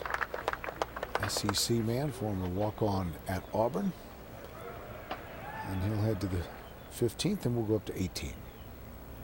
And Oosthuizen looking at a putt for the lead and 68. Very, very close pals, as you said, with Charles Schwartzel. And they prepared for the Masters the last couple of years down in Florida, training together. Charles crediting Oosthuizen's win at St. Andrews in the summer of 2010, inspiring him to win here last year. Well, they all are a very close-knit family. South African boys. Spear. What a beautiful player. Wow, what a finish. Oosthuizen's in with 68. Birdie's the last 2 holes on the first 9. And birdie's the last 2 holes on the second 9. In fact, 4 of the last 5.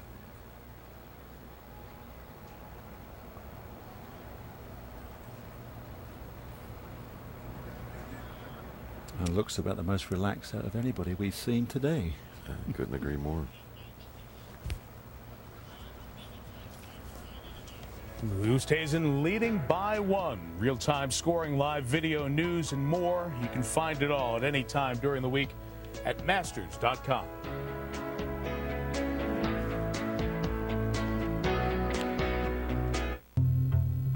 Growing up, Tom Watson couldn't hit a curveball. Nick Faldo rarely found the back of the net. And Arnold Palmer just wasn't fast enough for track. Isn't it funny how sometimes success begins just by putting the right tools in the right hands? Let's build a smarter planet. America is facing some tough challenges right now. 2 of the most important are energy security and economic growth. North America actually has one of the largest oil reserves in the world. A large part of that is oil sands. This resource has the ability to create hundreds of thousands of jobs.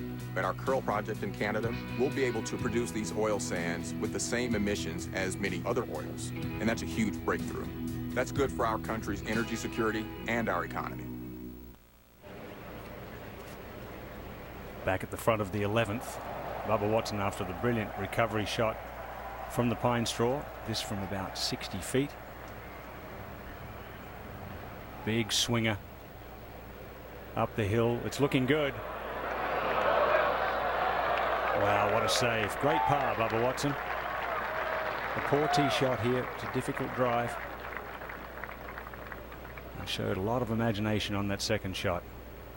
Looked a little more comfortable on that long putt there. He's looked a bit shaky on a couple of the short ones. So a par at the 11th for Bubba to 13. And Lee Westwood to answer Oosthuizen's birdie at 18 and tie for the lead.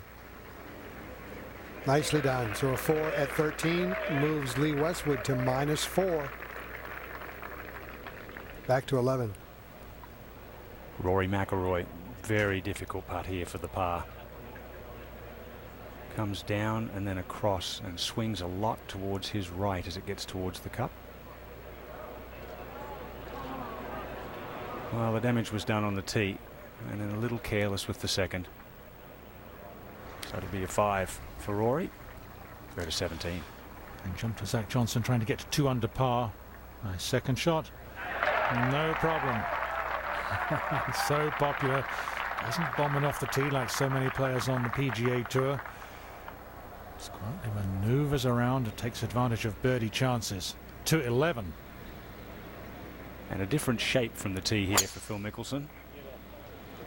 Can really release this one and try and draw it. Doesn't need to go with the fade. Obviously a little more comfortable with that one. 9 and 10 are demanding tee shots for Phil Mickelson, but here at 11 he can just bomb it away. White dogwood, 505 yards.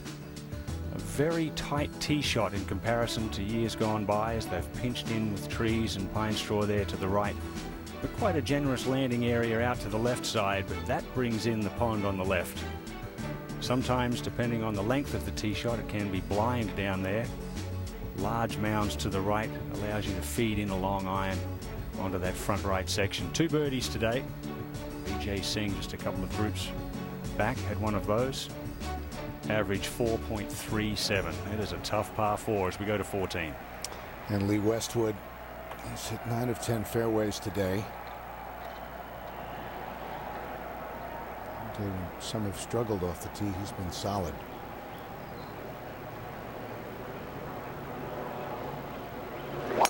sharing the lead at 4 under here in the opening round. And shoots that beautifully around those Georgia pines.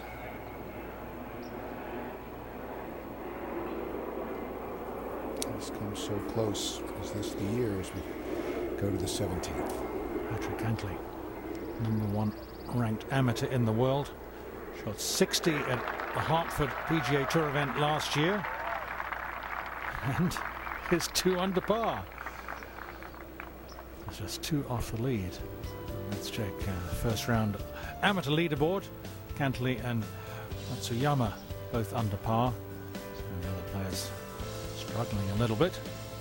2 over par's not so bad. They're all having fun at the Masters. And at the 12th tee, KJ Choi with an 8-iron. Oh, it's a beautiful shot for KJ. You see him year after year playing so well here. And he'd be the first Korean-born player to don that green jacket one year. He leads all those young Koreans so well as we go to 18. Patrick Cantley, just 20 years old. Proud UCLA Bruin. And before he hits that tee shot, let's get out to 11. Second for Phil. Try and stop the rot here of bogey, triple bogey the last 2 holes. Oh, he took on the water, didn't he? He went for the flag. Left himself an uphill putt from the fringe. To 18. Cantley.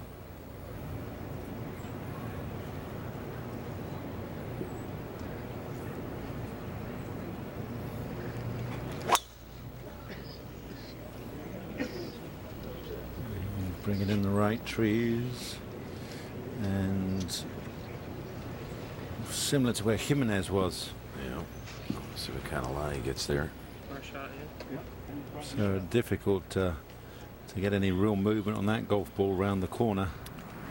13. And Scott Stallings qualified for this tournament by winning at the Greenbrier this past year. And those of you who may not have been there with us, he carried an Augusta National pencil in his yardage book the entire week, and that was his motivation. So you wonder how excited he is today. Back to 18. Zach Johnson.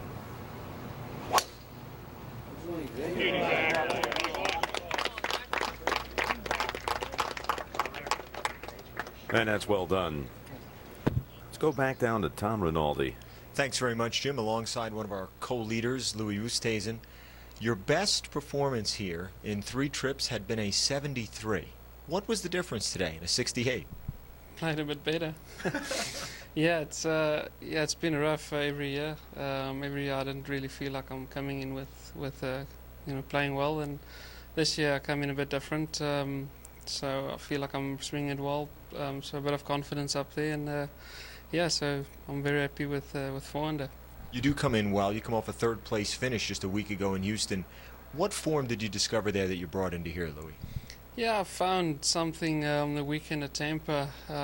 Played really well. Only made 1 bogey on the weekend, and started hitting the ball good. Spent a bit of time on the range the week off, and then had a good week last week. So it's all getting together. Charles Schwartzel, the defending champion here, really credited you and when you were able to win the Open Championship at St. Andrews and how that inspired him. What's the effect of him having won here a year ago? It was always nice seeing him play well. That gives me a bit of confidence because we play so much golf together, and yeah, is what he's done here, especially the last 4 holes. I tried to do it in the first round today, but I couldn't get it. But yeah, he played unbelievable, and it'll be great to do the same. A dominant performance, certainly at St. Andrews, and well positioned here, Jim. Louis Oosthuizen, well played today. Thank you. Jim? And it's a beautiful game.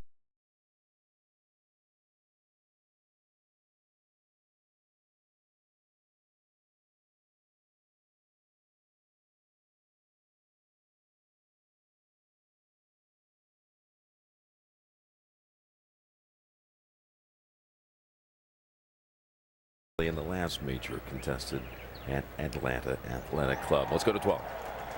KJ Choi for the 2 at 12 just a little while ago. Straight in. KJ 1 over. Not too bad, just tracking along to 15.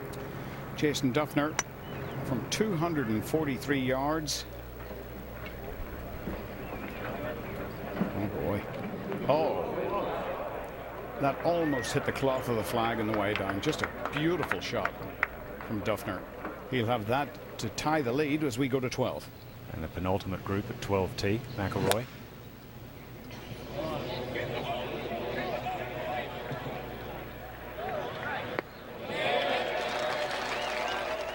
Nicely played. So still and quiet down here in Amen Corner right now. The other ball we saw played just earlier, Bubba Watson, after his par at 11. Just a little chip 9-iron for the big hitter.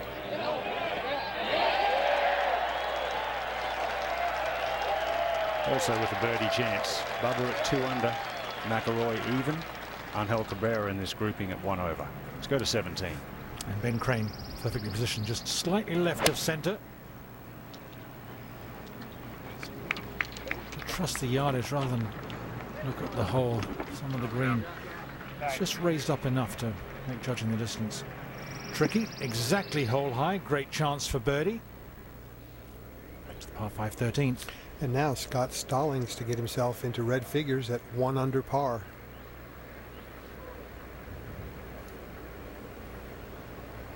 Oh yes, Scott Stallings with a 4-13. Now 1 under par. Peter, to add to your pencil story, when he arrived here for his practice rounds, they gave him a yardage book and a box of pencils. He now has 2 boxes, which is 1,000 pencils. That's unbelievable. That'll last him a few years. Yeah. Back at 11. A little unfortunate here that this ball's just nestled up against that first cut, just off the fringe. But quite a makeable putt, Nick. Straight up the hill, fairly straight. I'm sure Phil will give it a slam. Can't imagine what he's feeling right now, just shedding 4 shots. It's one of the amazing things here, Nick, isn't it? As quick as they are downhill, it's almost impossible to hit the steeply uphill putts hard enough. Let's go to 18. Patrick Cantlay. Yeah, unfortunately chipping out, trying to get a good yardage, good angle.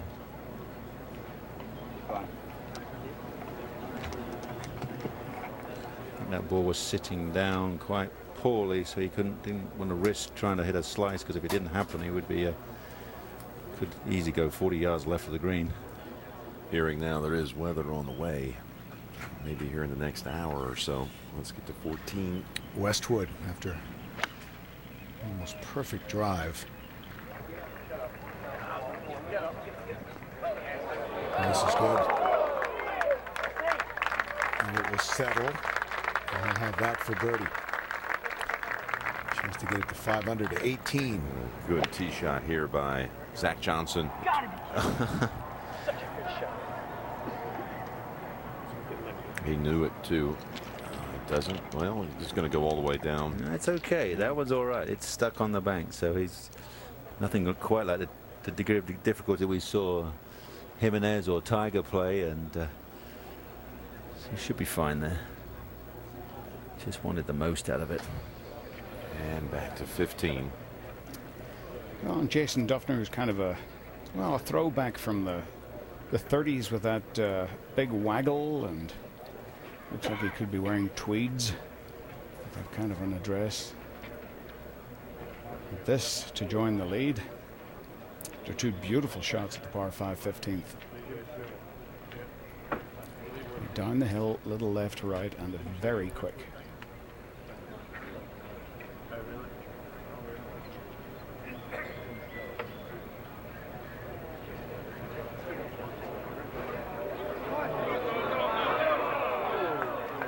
Just a gram more, not even an ounce.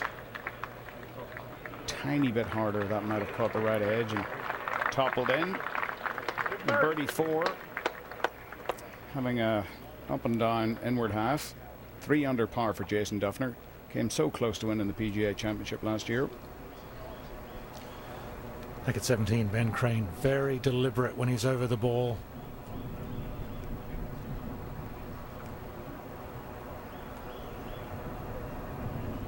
Rehearsing the stroke.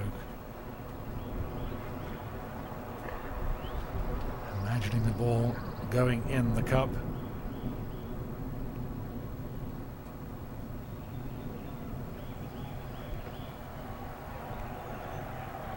And it was a lovely rhythmic swing of the putter, straight back, straight through. 3 under on the second 9 and 3 under for the round. Nicely holed. To 13. And the second shot of 21-year-old Ryo Ishikawa. Having a bit of a rough day at +4 so far. Has this one on a great line though. So Ishikawa has that left for his Eagle 3. He only had 1 today, and that by Paul Lawrie at 13. Back to 11. Just a moment ago, Peter Hansen for birdie for the 3rd of the day. Yes. Just 3 birdies all day at this difficult 11th. Peter Hansen in the mix at 2 under as we go ahead to the 12th. Bubba Watson after the beautiful tee shot. Just to go 3 under. Yes. Well, with the wet conditions, many thought the Bombers would have a slight advantage. Not a lot of roll on the fairways. Certainly suits the high hitters. The shorter iron in, the better as we go to the last. And the #1 amateur in the world. Quite an awkward shot off an uphill lie. Slightly uphill, but definitely downwind, straight downwind right now. Yeah, be careful. That's pretty darn good. Okay. And right to the back edge. Sophomore at UCLA from Long Beach, California. Both of his parents were USC graduates. 17. And this was Kevin O. Long left with his second shot. Awkward putt up the hill, up and over a ridge. And an unlikely birdie. A very difficult putting surface. Very tough to judge the line and speed. And a bonus birdie there. 13. And 52-year-old Masters champion of 1992, Fred Couples, for his Eagle.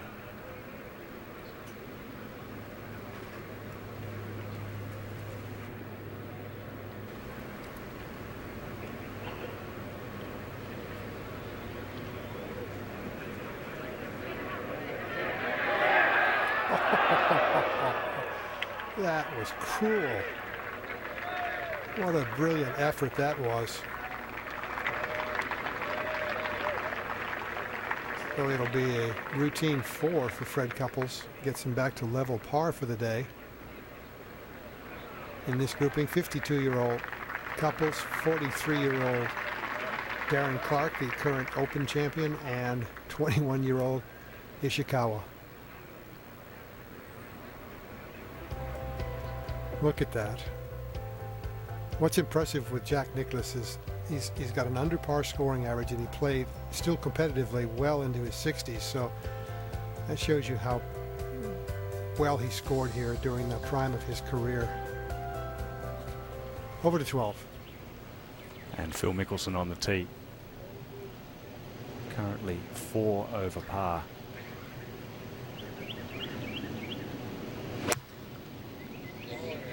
Good solid 9 iron. Just turned it over a little bit. And that will be a tricky little up and down there. A little bump and run over the knoll. Has not played this hole well over the years. So we go to 14. And Lee Westwood to take the outright lead. This is being aimed well to the left.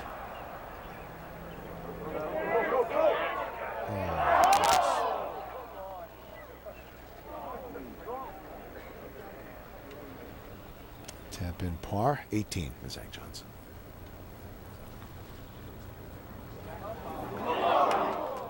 flew it a long way, I'm sure, a little further than he intended, or to 13. And the eagle putt for Ishikawa.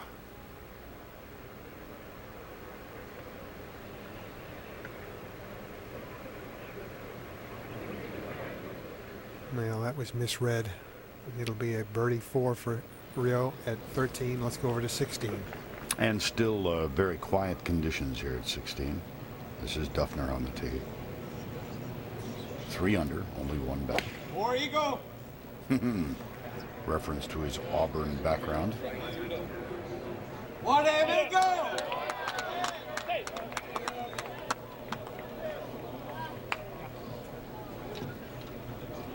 And Vern, he's getting married in about a month to a University of Alabama graduate, so you Roll don't see Tide. that very Yeah, often. No, you don't.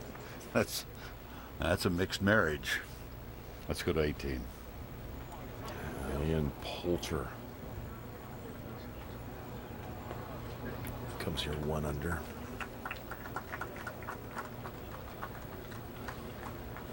Ian battling hard. He had pneumonia about a month ago. 13. All right, cover your ears. Here it comes. And your eyes. Oh, shoot. Killed it, though. He's happy about that. Well, you know, you're way better off up there. You got a place to play from. You know, you may have to lay up, but you got a place to play from. You cannot miss it left at 13. Good control of the language as well. And up to 18. And Cantley walking off a par putt. Again, low amateur U.S. Open. Played in a whole series of tour events last summer and just made the cut virtually every time. Steve mentioned, Peter Osterhaus mentioned, shot 60 at the tournament in Hartford. Represented the United States on the Palmer Cup team at Stanwich, up in Greenwich, the Walker Cup team at Royal Aberdeen in Scotland. He's done it all. He's got a lot of valuable experiences at the age of 20.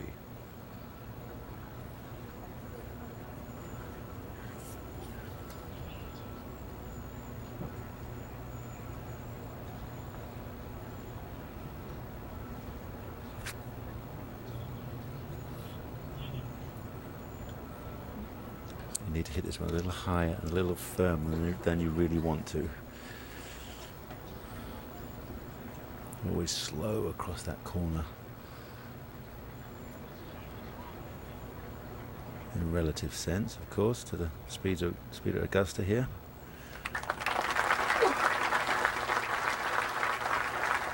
Works on his game close to the Bruin campus there at the Bellevue Country Club.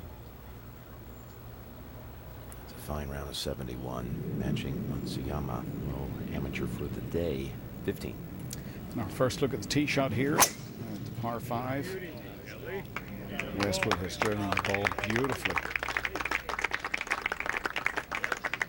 And that's another one. To 12.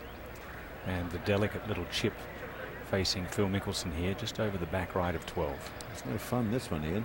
No, it's one of those ones you described earlier. A little bump, 2 bounces. Whoa! Well, he's been aggressive after the missteps, Nick, at 9 and 10. Unfortunate to not catch the flag there as we go to the home hole. Poulter for his par. Wow. Look how far that goes past. So it looks like Ian spent a few on the back 9. He was 2 under. He's got that to get back to the level par for the tournament, for his round.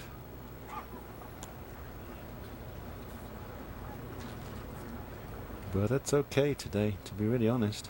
I think I'll be more than happy to shoot level par today. Currently tied 28, Yeah. but even. Well, I wouldn't be worrying about the 28th. It's just the fact that full lead back. score is only 4 full back. back. Players have to worry about the cut here. That's only 44 players and ties. And the 10-shot rule. Zach Johnson rolls in a par. The round of 70.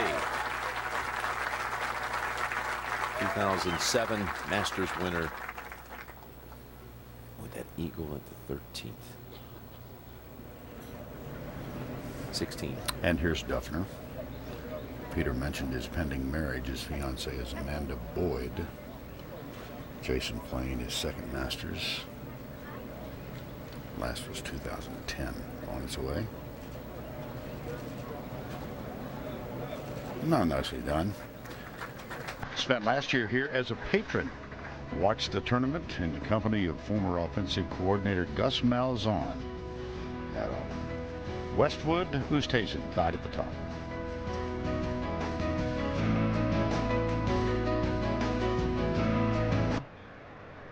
To remain 4 over.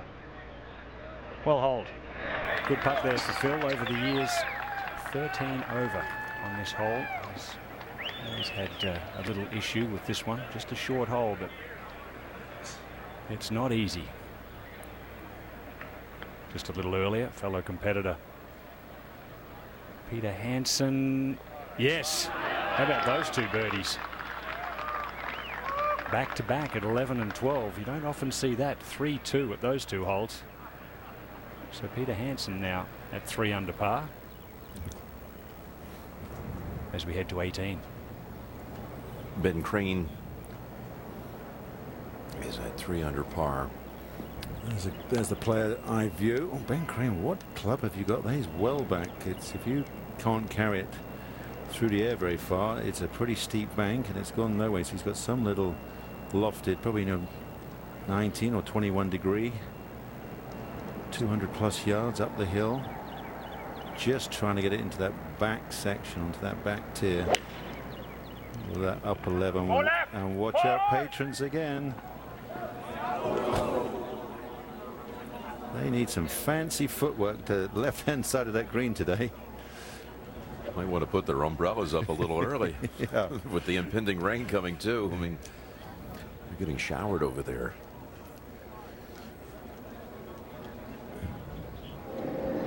And 13. And this is where Bubba's tee shot ended up, so most likely just a little punch out.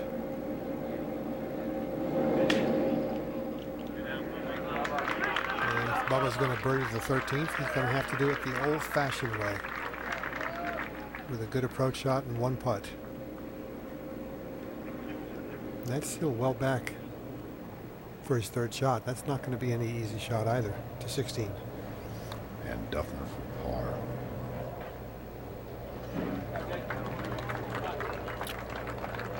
Back to 15. A beautiful view from the top of the hill. 242 for Westwood.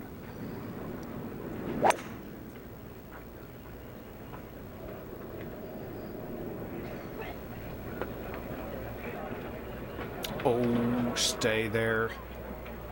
And, well, there's a sprinkler head just in front there, and he is just to the right of it. That will stay up. Anything about 6 feet to the left, and that has got a good chance of going back in the water. Scare for the moment there for the number 3 ranked player in the world, Lee Westwood.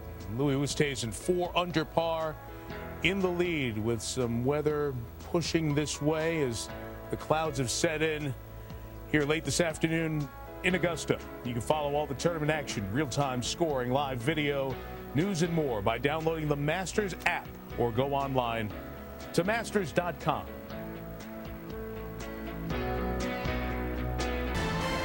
Clouds can hang over Augusta without darkening the mood. Tomorrow is always another day in Georgia. The Masters at Augusta. And day one here at the Augusta National Golf Club, a day where rain was in the forecast. It has been good throughout, with some threatening weather perhaps approaching. Lee Westwood and Louis Oosthuizen at 4 under par and leading the Masters tournament with Curtis Strange here in Butler Cabin. Curtis, so you talk about modern golf and the guys who hit it far. Bubba Watson may have summarized the entire day on 13. Oh, shoot, when he hit it, but I crushed it. We're seeing a lot of that here today. Doesn't care where it goes as long as I hit it good. Well, we have seen tee shots kill the top players in the world. Tiger, Phil, and you saw a few right there with and Bubba Stenson Watson earlier. Stenson making 8 on the last hole, yes. But the one guy that continues to play well in majors but hasn't won yet is Lee Westwood, and he's driving it well. Bubba Watson, you talked about him on the 13th. He's the leader in driving distance on the PGA Tour, and he's the one guy that's taking advantage of his length here today. He's playing well. Yeah, the leaderboard with 2 players at 4 under, but a lot of players only 3 or 4 shots back, so not many have played their way out of the competition so far as we go to 13. And the second shot for Rory McIlroy.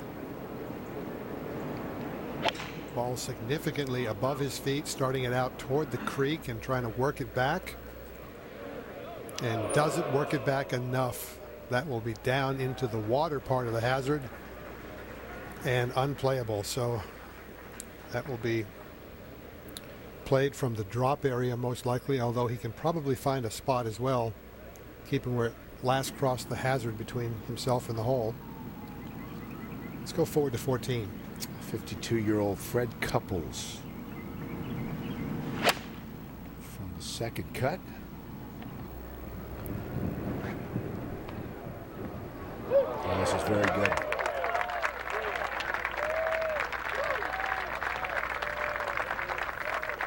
Fred's moving it around here pretty good, out in 35. Birdie here on the second, 9 to 15. Lee Westwood, oh no, that's in. Stabbed it. Yeah, he did, and I'll tell you, that didn't need to turn much farther left to actually dribble down the hill into the water. That was a complete apple turnover.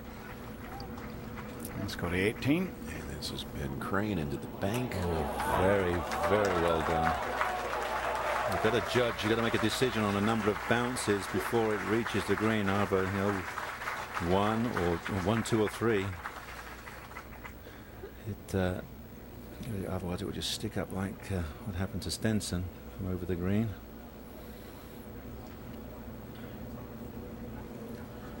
Ben's made the cut here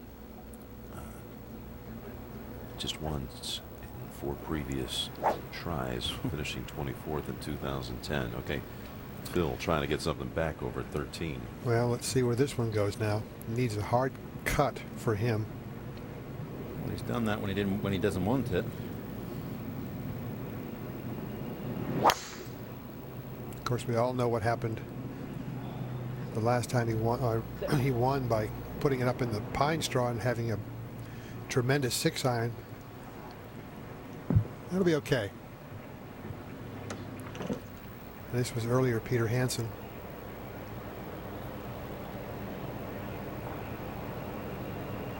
I think a very underrated ball striker on this side of the Atlantic. I think the people in Europe know how wonderful a player he is. Extremely. I chatted to him on the range. Very interesting that he really does struggle with visualizing the shots. Let's go to 14. Fred to get back into red figures.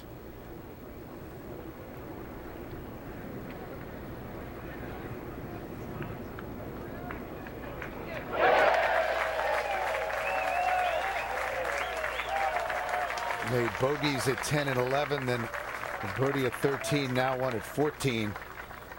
And Fred is at -1. He's only 3 behind. 18. Kevin Na came here 2 under par.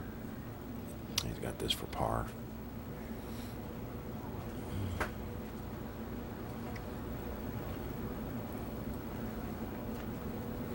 Going for the triple plumb bob. There's Kevin. Been out here for a while. He turned pro at a very young age and seen tremendous development, I think, here in the last year. Was recently 4th at Bay Hill, Arnold Palmer's Invitational.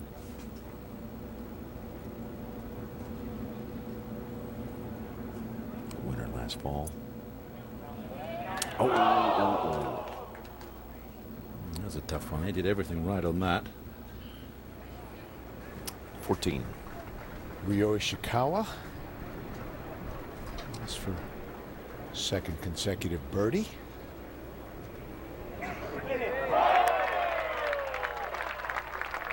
Trying to bring it back. And he's at +2.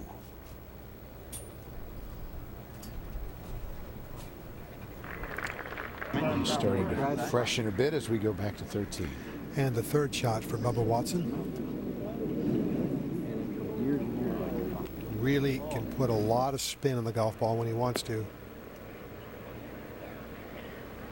And I'd have to say that was a little bit too conservative of a play from there. To 18. And Pink Crane has this for a round of 69.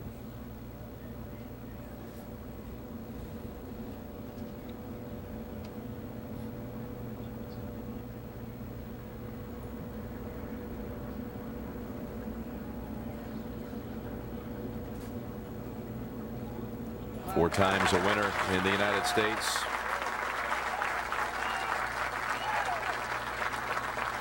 Got an underrated game, really, Nick. Yeah, very solid player. Works extremely hard in every aspect of it. A good grinder, I might say. 13. This after the drop, Rory McIlroy a little bit earlier. So that he lies 4 there. Now live the putt for Bubba Watson to make birdie.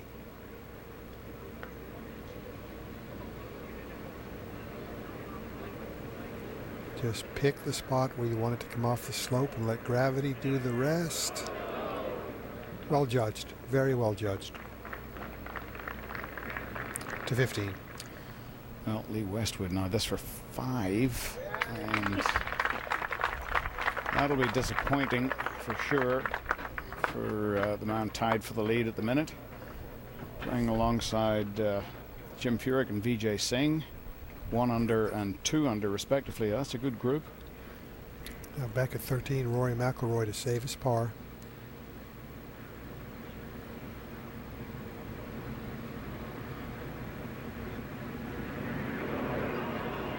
And you watch Rory walking between shots in this hole, and it isn't that he looks disinterested, but he looks very frustrated with something. Like he's not striking the ball as well as he would like, or just not comfortable. I'm sure he has very high hopes for his performance this weekend. And at +1 right now, he is certainly by no means out of this tournament. Only 5 shots back of our co-leaders, Louis Oosthuizen and Lee Westwood. I know he's been successful in the past, Peter, but would you advise anybody to take 3 weeks off? That's the question mark. I think there are a lot of players who like to take 1 week off. Yeah. A lot of players who like to play the week before, but 3 weeks off is a bit much, I think, before a major. I agree totally. You've got to stay sharp. There's a big difference between practicing and tournament decisions on the golf course to hit the right shot with the right yardage. Cabrera makes his birdie to get back to level par. You can't afford to give away a round in a major championship in order to find your competitive spirit. That's too much to spot the other players. There's too many good players.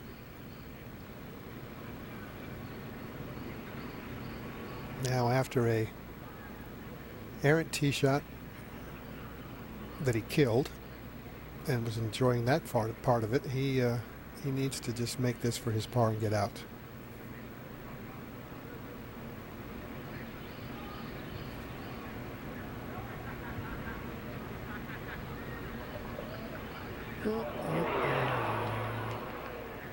That's the pull to Rays Creek. Well, a little bit of that and a little bit. Well, that was a push. He's had a little bit of a nervous stroke on the 4, 5, 6 footers of late.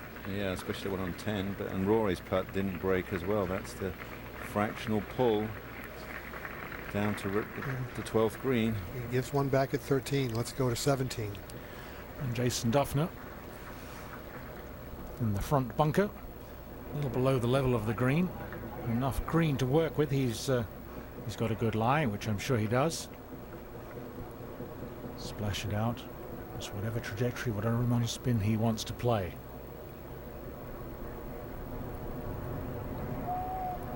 Just a natural wristy action is going to work well for the splash.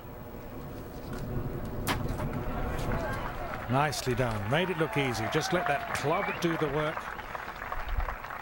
Let that bounce on the bottom of the sandwich right through the sand, pops the ball out. And at 16, the co-leader, Lee Westwood. darn.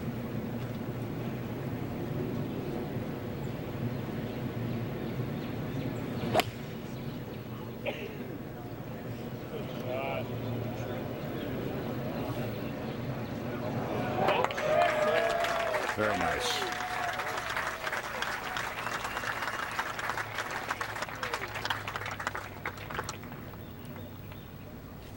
To 13. And Phil Mickelson, about 245 yards, working it away from the creek. And long, and ooh boy, is that going to be a delicate little chip down the slope. Is that possible?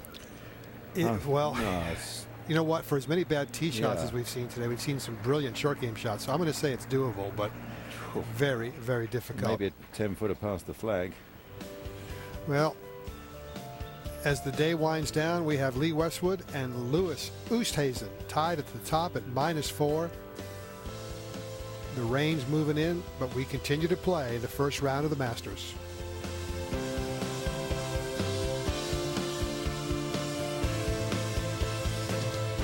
Back at the Masters on day one, where Lee Westwood and Louis Oosthuizen 4 under par leading. Oosthuizen, the 2010 Open Championship winner at St. Andrews, shooting 68. Of course, one of the great traditions of the Masters is celebrating the amateurs, and Patrick Cantlay had a terrific first round and joins us here in Butler Cabin. You had 8 rounds of practice here at the Masters between visits before the tournament and this week.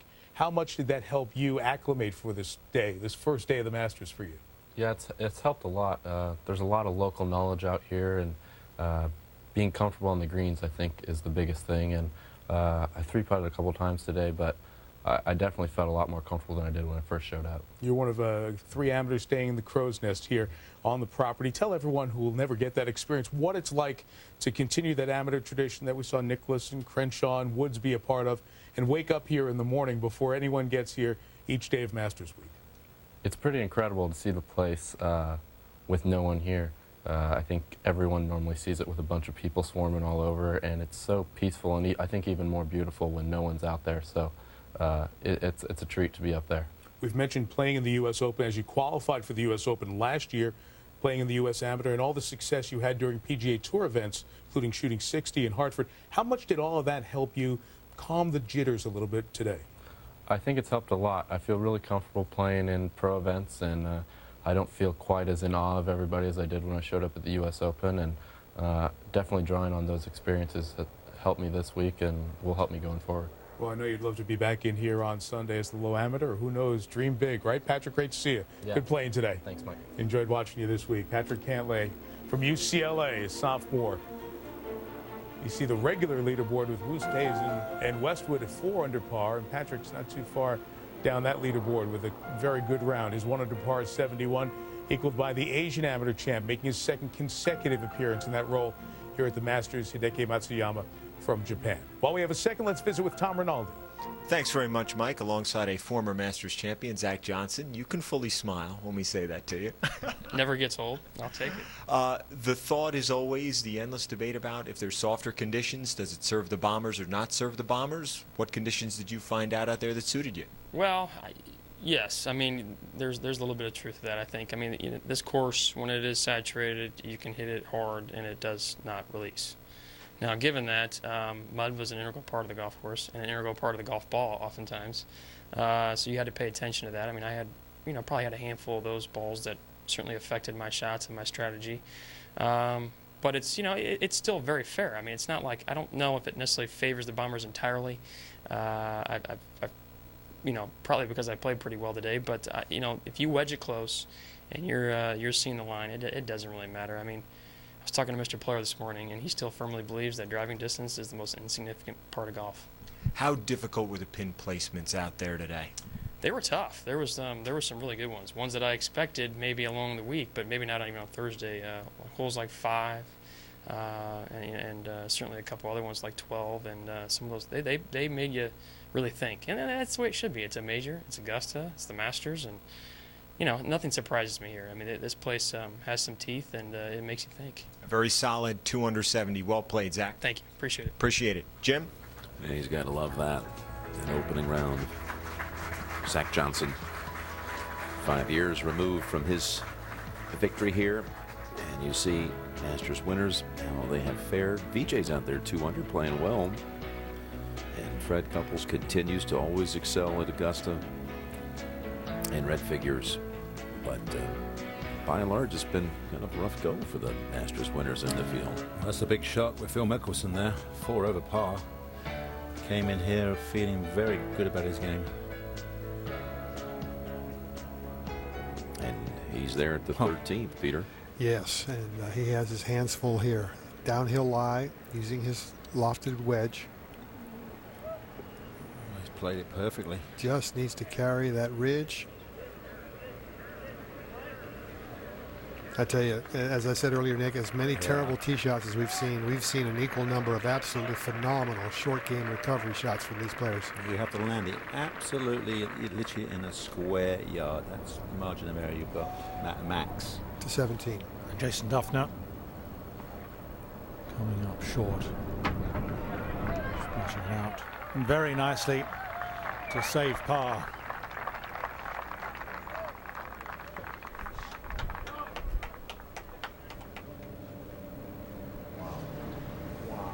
And at 16 here is Westwood. This for the lead.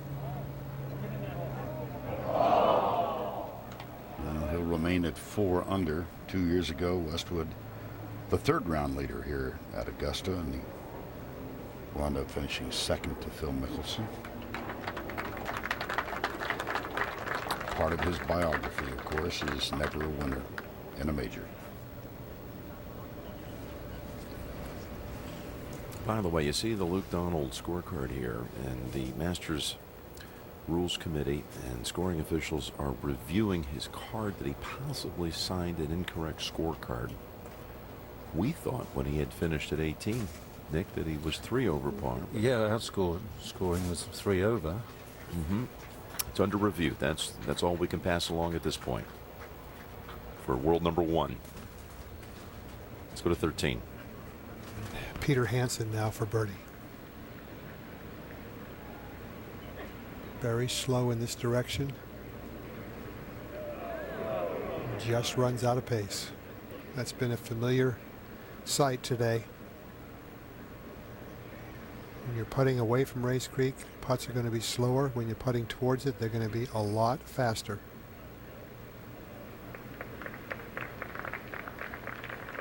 So he remains at -3.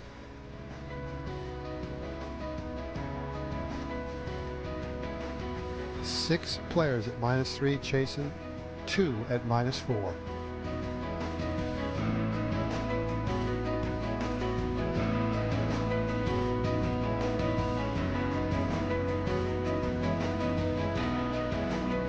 His notes on this putt,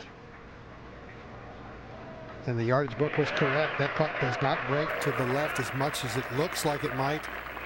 So Phil Mickelson makes his birdie to 14. McIlroy, his birdie try on the way. Can't quite get it there. Masters champion to open the tournament with a double bogey at 1 was Sam Snead 60 years ago. As we go to Fred at 15. Just 81 yards left off the downslope. This is 3rd shot.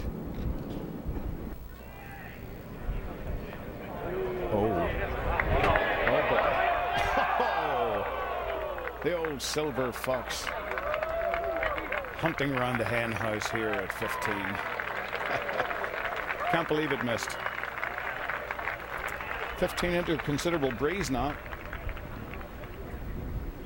This is back in the 14th. Bubba Watson, after longest drive we've seen today at 14, has this for birdie to get to 3 under. Considering everybody tries to keep their head still when they putt. Bubba's head was all over the show there.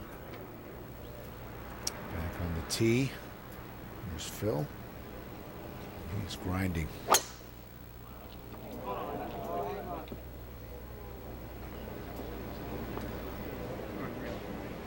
And that's going to find the trees, and you see it drop right down into that 2nd cut. And completely blocked, isn't it? Yeah, Phil? It is.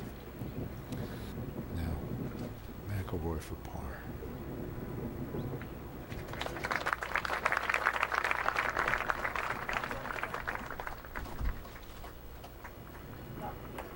just keeping it together. One of those days where you don't have your best stuff. He's a +1. Peter Hansen back on the tee. He's 3 under.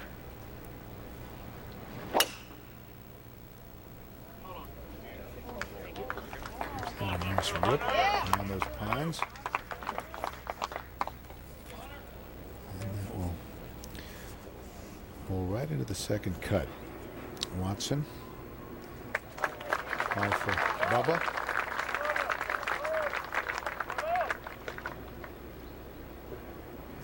Two under. After that disappointing 6 at 13 as we go to the 15th. And the Open champion Darren Clarke is for birdie. Just a fraction too much pace.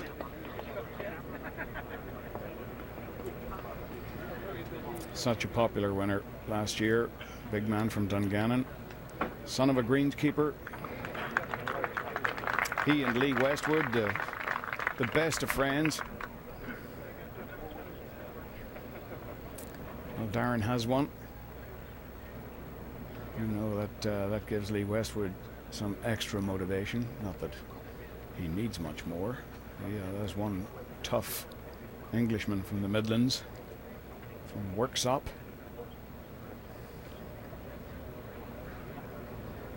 Now, Fred Couples just refuses to act his age at the Masters.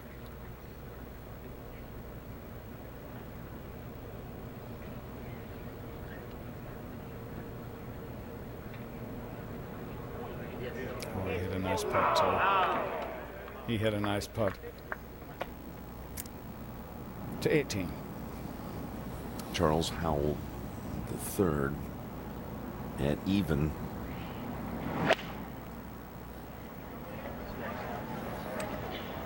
Stay up, he's asking it, and like many others, down into the footprints of the patrons on that left-hand side. 25 years after Augusta's own Larry Mize won, Charles was there to see the shot that won it for him in the playoff. Here's Duffner at 18. We'll be looking back at Larry's incredible win Sunday before the final round broadcast.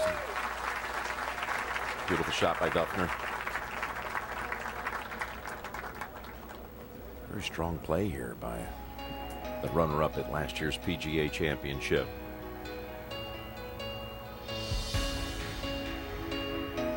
Westwood and Oosthuizen share the lead at 4 under par.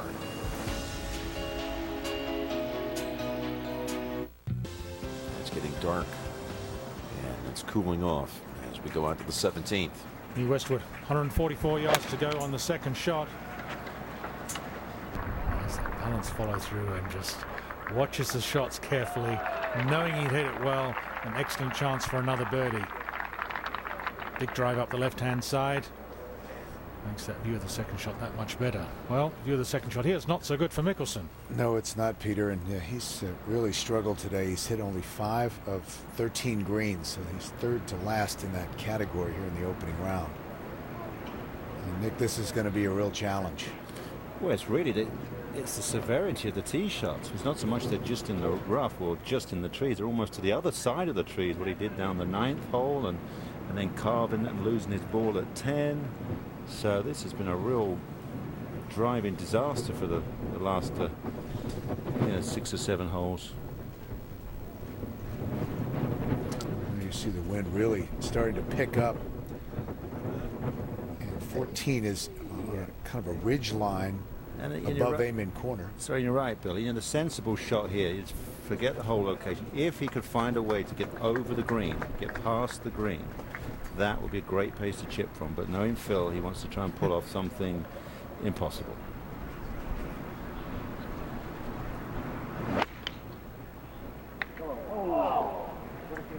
Oh, 3. I think he hit 3 branches. Yeah, the shoulders slope and the head goes down. And the grind continues.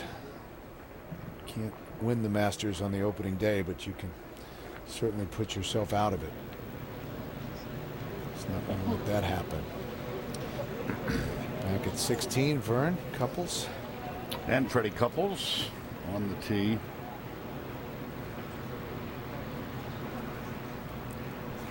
He'll hit his tee shot from the left side. And the wind, a crosswind now. As the clouds gather, we've had a few sprinkles.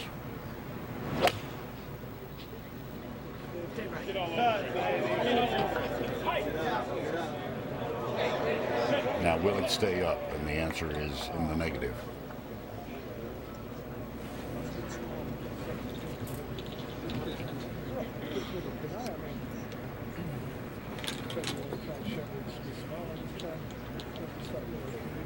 Not a lot has changed about the ease of that swing over the years, has it, Nick? No, he's maintained that rhythm, and it's all about his back. Charles Howell trying to force one through the fringe. Very well done. With a putter.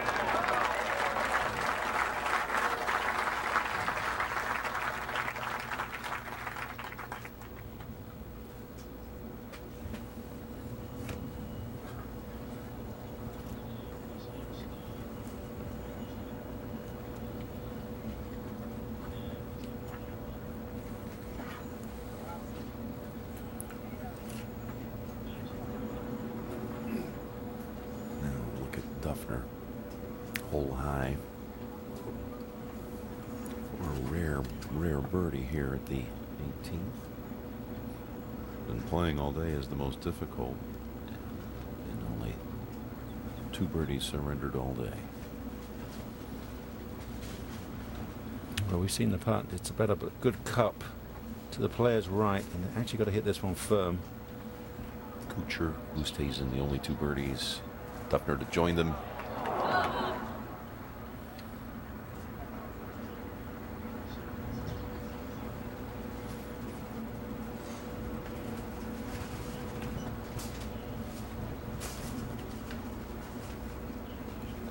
Just getting some news here on Luke Donald.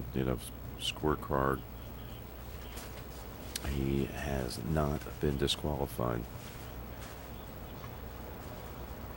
On the transmission to the scoring data, it came up somehow as a birdie on the 5th hole when it actually was a bogey 5. So in fact he did shoot 75. It was down on the card.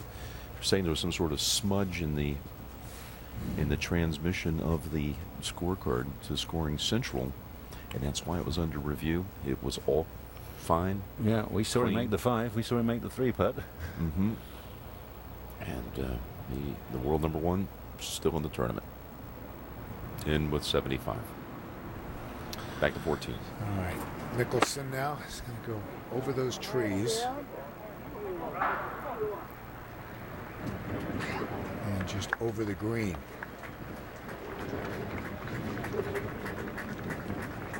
And that's where he ended up. And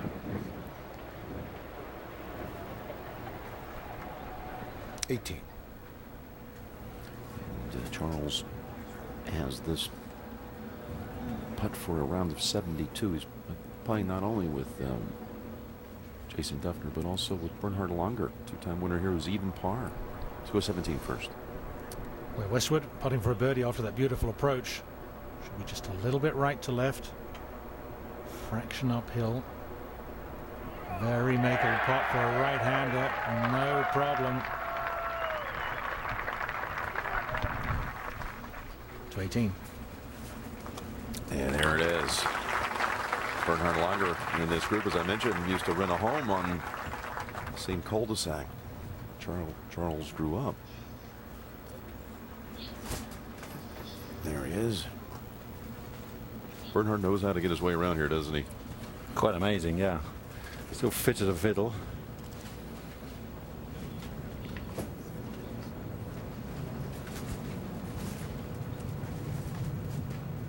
Langer will be 55 in August. There's Duffner. In at 3 under.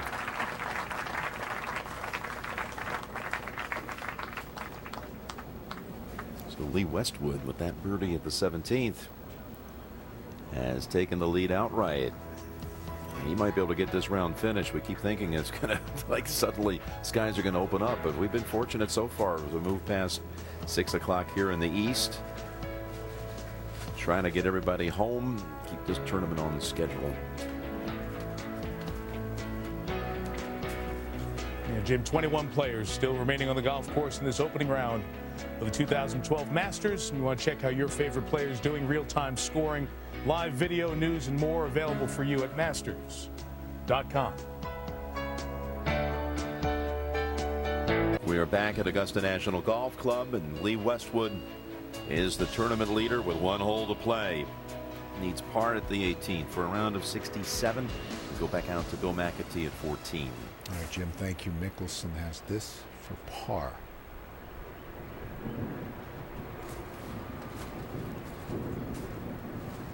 Just thinking, you know, we know what feels like. You have to be careful he doesn't slam another one. It's not too bad. We talked about playing yourself out of it. Highest first round score by a champion, 75 by Craig Stadler in 1982.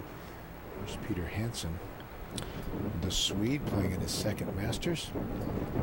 After a terrific start, but that comes up well short. Missed the cut in his first Masters last year, tied for 7th at the U.S. Open, behind Rory last summer. He's been solid today. 18.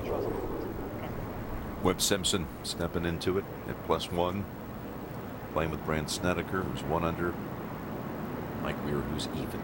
This is a 7-iron. All I got, Paul. Come on, Paul.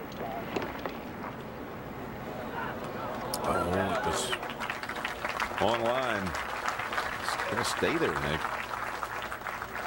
Well, it's due to the changing conditions right now. You know, the light is considerably different. The breeze has popped up. Probably a bit more humidity or something with the possible impending storm on its way. Webb in his Masters debut as we go back out to 14. And this is Phil for bogey.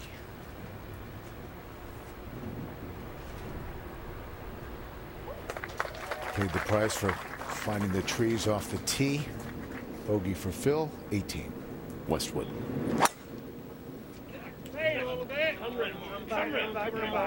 He might have pounded it, but now he's going to hang up in the left-hand first cut. 14.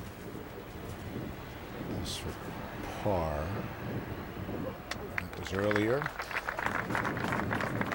He's continuing to play well. Back-to-back birdies. A rare one at 11, then another at the 12th. Let's go up to Bubba Watson now. Well, on the 15th, not nearly as accessible as it was just an hour ago, but Bubba can get there. Oh, yes.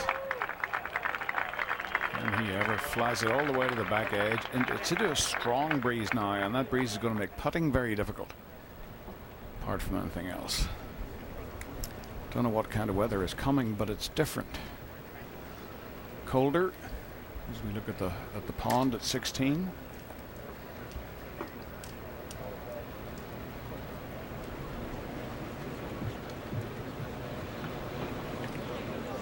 And at the 16th, back on the tee, Sergio Garcia had a nice start and double bogey at the 6th. Vern, I know it's been slow here, but that's some 5 o'clock shadow that Sergio's developed through the day. Yeah, looking at the tops of the pines here. While we wait, let's go to 15. Well, and that wind is changing. It's swirling around. As we look at Peter Hansen on the tee. It's 530 yards, should really be easily reachable. And, into that stiff wind now.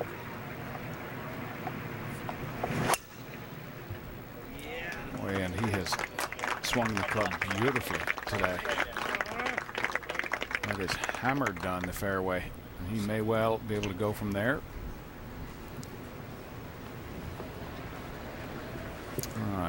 On 16 tee, if Sergio's made up his mind. He has 7-iron.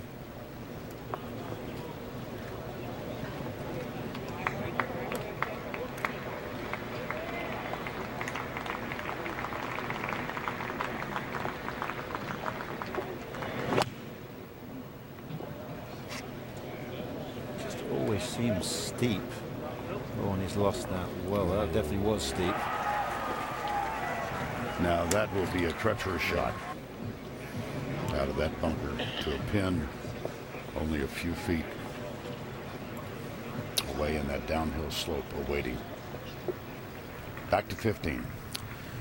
Well, and if ever the big left-hander needed a whopper off the tee, it will be right now. Needs to make 3 or 4 here and a strong finish. It's a straight whopper, David. Yeah. That's the big problem. Finally. Yep. It should be able to go from there. And you know, at 4 over par, Nick, as compressed as the leaderboard is at the top, you know, with 3 under par is in 3rd place. Yeah, as long as you're not feeling completely deflated with your game. Yeah. Cabrera now, just hammers that in low into 15. That'll have some spin on it.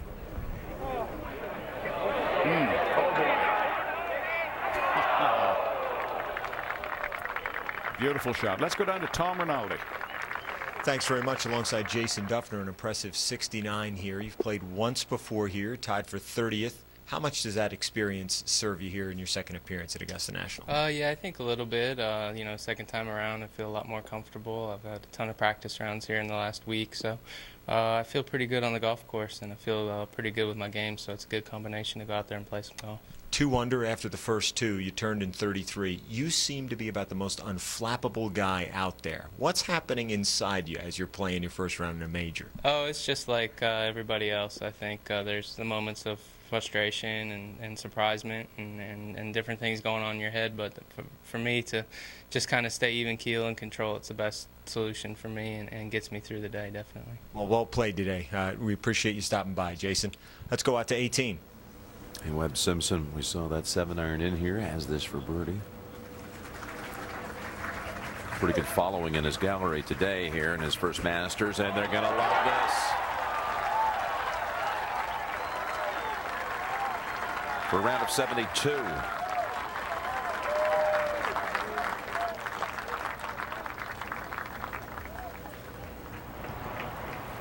And now down in the fairway here is Lee Westwood. Well, things are really whipping up by the green. It's a straight downwind, this shot. Just landed 200 yards to get it to release. I think he might have lost. It's going to get away with that one nicely. It looked like he was not happy with it. Grimacing a bit, but he's got a birdie putt hole high.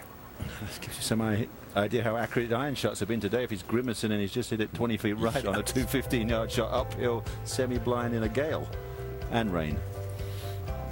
And the best opening round position in the majors. You can see Masters a couple of times, but he's never led after the first round of a major. Did lead here, as was mentioned earlier, after the 3rd round in 2010. 15. Bubba. He'll be asking the wind to blow that one, and that one has got offline very quickly. Oh boy. There's the one you don't want to leave yourself after 2 magnificent shots into the par 5 green.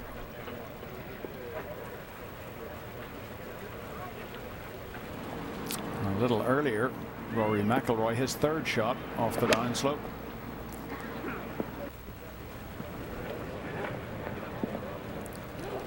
And well, that's actually a very smart shot. You'll see the way that'll break and come back towards the flag. The players that have been trying to hit it at the flag have sucked it back into the water, but there's more of a landing area to the right, and it does feed down toward the hole. 17. Scott Stallings, beautiful second shot right behind the cup. On line all the way. Nicely done. Well played since that bogey at number 10. A couple under. And now live, Rory McIlroy. Let's see if he can make a birdie out of that. Oh! Just an ounce more might have done it. So a little frustrated for the U.S. Open champion. And still at +1. Not in the worst of shape. Ahead at 16, however, the worst of shape. Oh, goodness. Well, the shot requires a lot of skill and a lot of nerve. I'm not sure if it's possible, even if you play up the perfect shot, Vern. Downhill lie onto that upper level. Go back to 15. Oh, 3-putt par after 2 shots like that. That would just make all the doors in your head start slamming. There's one talented individual right there, and to another one. Look what he's thinking, Vern. Yeah. The Seve, in honor of the great Seve. Little chip and run through up the lip. Can he hop it over onto the green? Hammer it into the slope? I wouldn't bat a hammer, David. Oh, watch this. Oh. Yeah, that lip is vertical, so that needed the right little hop to get over. Probably the same difference. Even if he played a perfect shot, I think he would have gone to the other side of the green. You know, I agree with you. Let's go back to 15. Maybe has a chance to hold it. Well, see if Cabrera can take advantage of the beautiful third shot, and the big Argentinian can. Look at that, 3 in a row to go -2, and there is a man who's won a U.S. Open and continually shows up in major championships. And at 16, the more conventional bunker shot. Well done.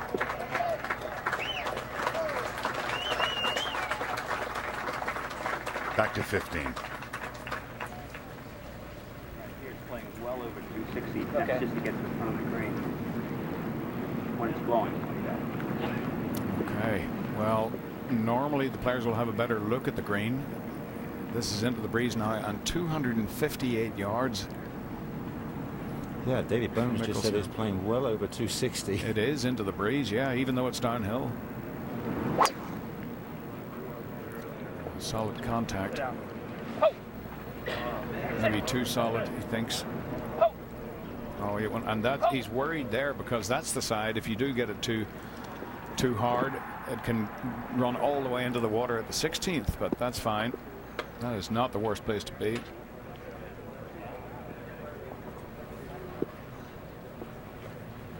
Definitely time for the old brolly. Or not. Let's go to 18. Vijay Singh with his son Cass caddying for him. Gonna putt it from left to the green. Oh, hello. And that's around a 70. Oh, Vijay. Yes. Used his get out of jail free card there. That's pretty solid, Vijay.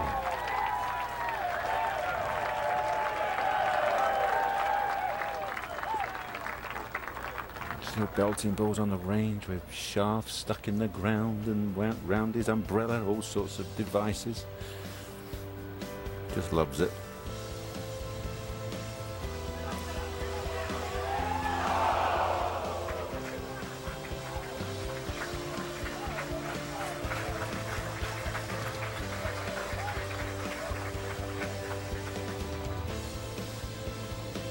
So things will simmer down enough for Westwood now for his attempt at 66. Oh, that was a great attempt. We've seen very few miss on the top side that close. So what an impressive, solid day.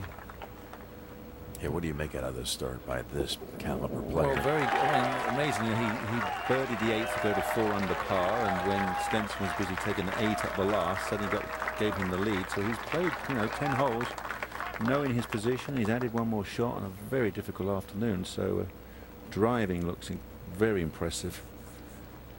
If he can keep that going, that will definitely give him an advantage over the rest of the field. Let's go to 17.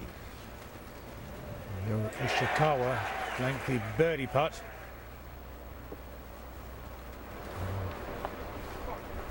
He was in an awkward spot coming up and over ridge. Tough to read the line.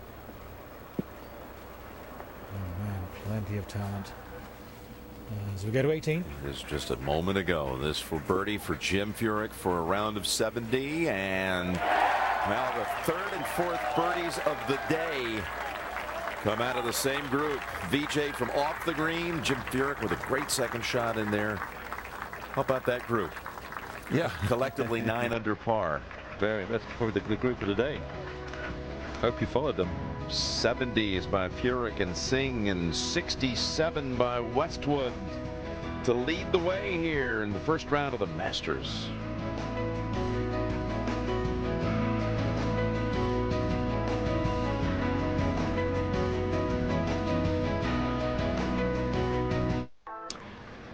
Welcome back to the 15th, where there is now a thin film of moisture added to the top surface of the golf course, which will now Phil Mickelson is looking at the spot here where he wants to land the ball, and then he's trying to read what it's going to do from there, because he has a chip shot that is actually holeable. We'll go to 18 quickly. And Stallings, the winner at the Greenbrier last summer. Yeah, hang on. Well, that's okay. Yeah, I think nice little hop and stop. And he'll have that for a birdie from just off the green. And he's 2 under. Back over to you, David, 15. Yes, Jimmy, and he's looking at this very carefully, because if you can manage to miss the 15th green where he has, it really does, for a player of his caliber and the way he thinks about a short game. This is a straightforward shot that, it's up the hill. There'll be some left to right in it, and he'll be thinking maybe, just maybe, I could slip this in. This was Peter Hansen earlier, as Phil waits for the 16th tee to clear. And that into the wind, you can see everyone just getting a lot of that ball is just zipping back. Nice shot from Peter Hansen. He'll have that to go 4 under par.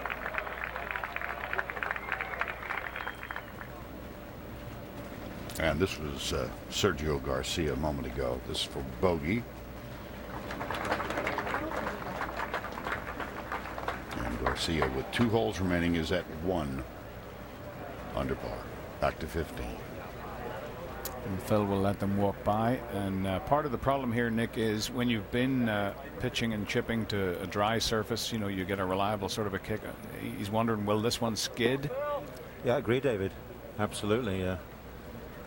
But I love the way you described it. You've got to read your chip shots as well. You've got to look at your landing point. Well, that's all you can control, A to B, your landing point, and then you've got to read it and let gravity, and then you've got to make a decision. Obviously, Phil's probably trying to go for it, trying to make it, but you then got to think, well, if I don't make it, where's the best spot to leave it?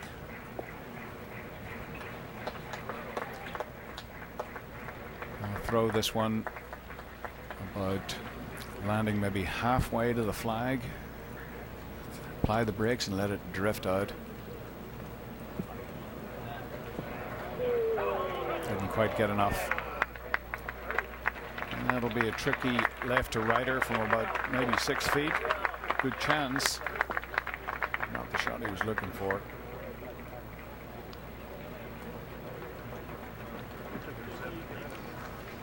Well, this was a moment ago. This was Angel Cabrera with an 8-iron.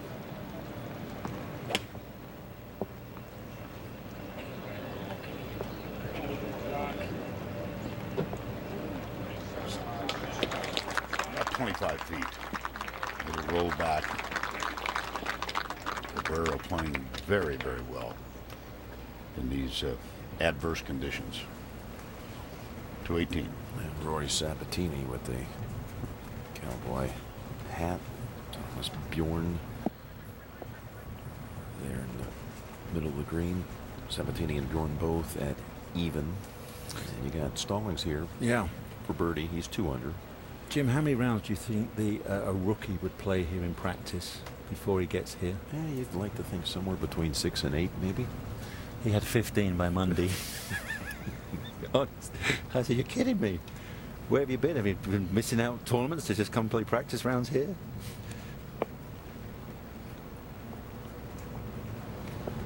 Doesn't surprise me knowing, oh boy, his deep affinity for this event. You know, the dream always being getting to Augusta with the pencil he carried around, the Augusta National pencil.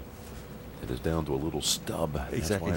He says he's got thousands now. He's got two boxes. Should serve him the rest of his career. Yeah. Back to 15. And the tall Swede, Peter Hansen. Yeah, tremendous sense of humor, great character, very well liked in Europe. This one to get just one shot behind the leaders. No. Doesn't want to drop as much as they think towards the water.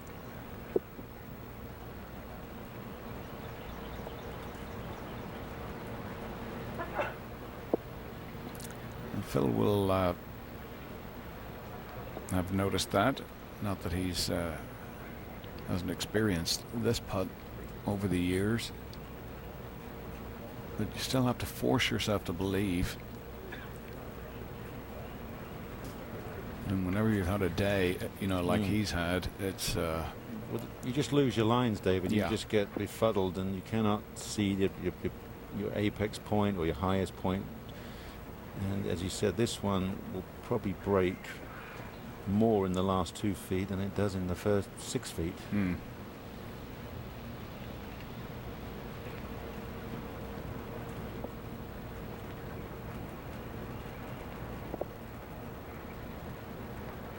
Yeah, I tell you, you hit that almost straight, beautifully read. Well done, and that's the sort of birdie that can mean a lot at the end of the day. By no means out of this event is Phil Mickelson at +3. If he makes one more birdie between here and the house, who knows? To 16. And Cabrera will be next to play.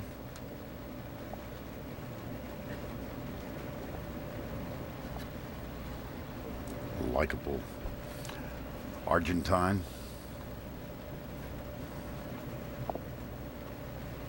And this for birdie to get within 2 of the lead. Oh dear.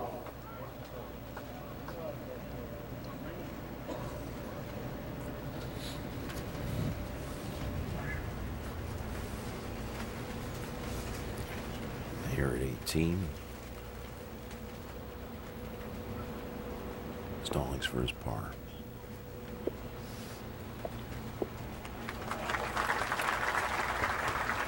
Very impressive debut.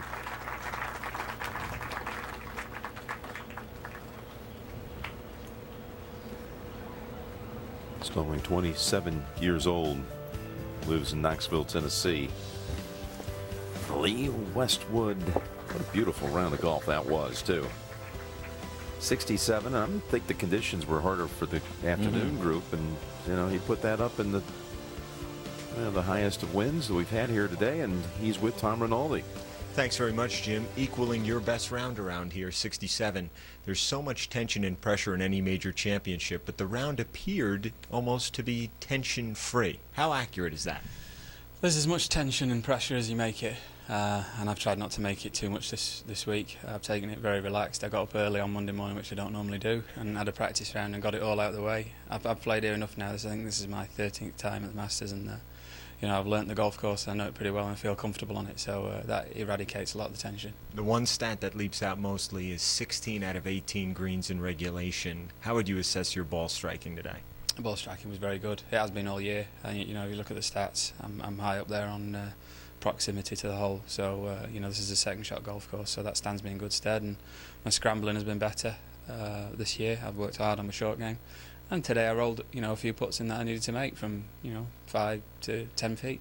You've been honest. You've had a tremendous career, but said that, you're missing a major title. When the PGA ended a year ago, how quickly does this come into your mind, and how do you measure major championships in your year?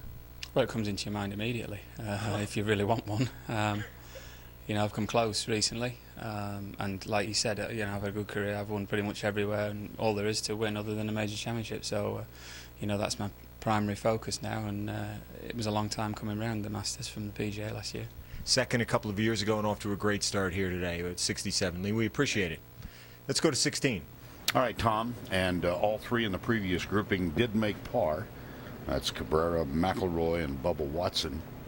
And back on the tee, here is Phil Mickelson. 9-iron.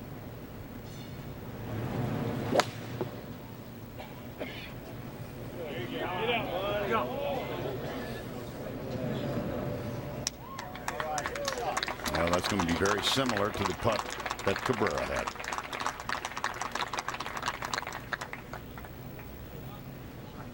Well, Lee Westwood, that ties for his lowest round ever here, 8 of the last 9 rounds at par or better, and seeking his first 18-hole lead in any major. I think a lot of golf fans around the world want the major for him as much as he wants it for himself. Now, conditions have gotten a little better, at least here, 15 and 16 in the last few minutes. Hansen.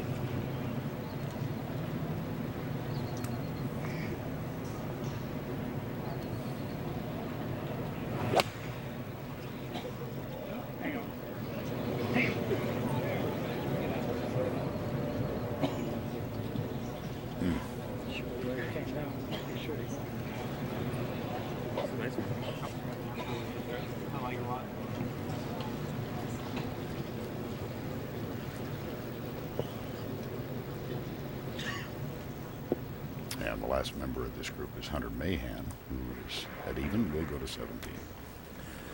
And Cabrera, uphill tee shot. Could be very comfortable. Well, I thought he'd be comfortable hitting a nice draw starting up the right-hand side. But didn't close up the club face. Going to be awkward from there. Final few groups trying to beat the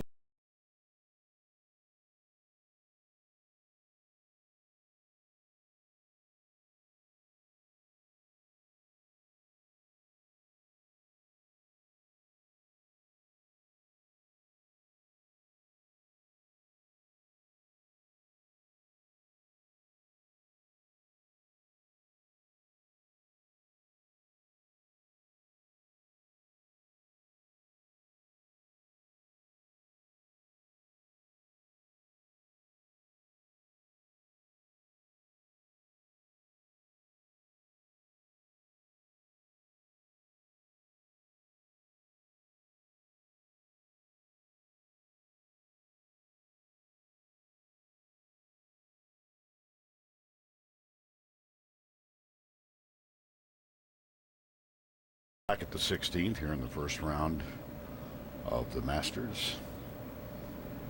And final grouping of the day, Peter Hansen did find a bunker on the right side.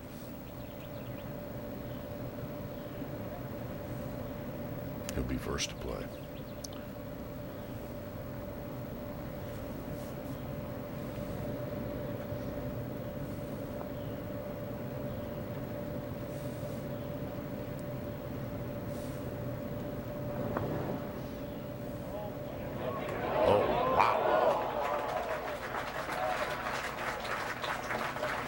Terrific play.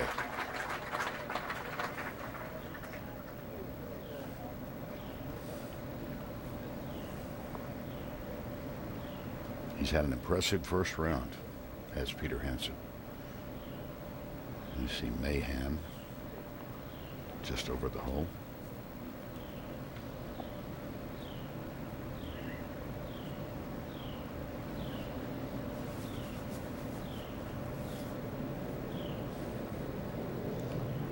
Mickelson will be next.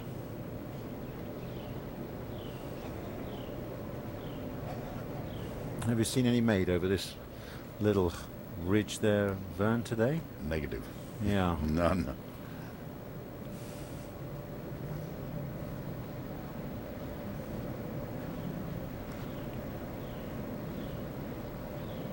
For birdie.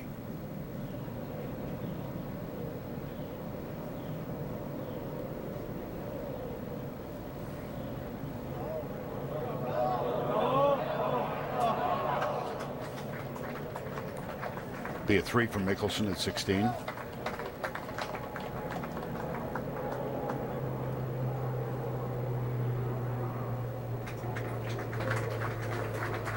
And he remains 3 over. This second 9 began with the wayward tee shot at the 10th. Hit a provisional, wound up with a triple bogey on 10. We go to 17. And Cabrera, big difference between being on the fairway and in this second cut. Can you control trajectory and spin? That's the question. Over a bunker. And that is an exceptional result. Got to stop very quickly. Threw it high in the air. Did not get a flyer with no spin. So downhill putt for a birdie. So we had a feel for it. Well guarded fairway trees, left and right, uphill tee shot. McIlroy.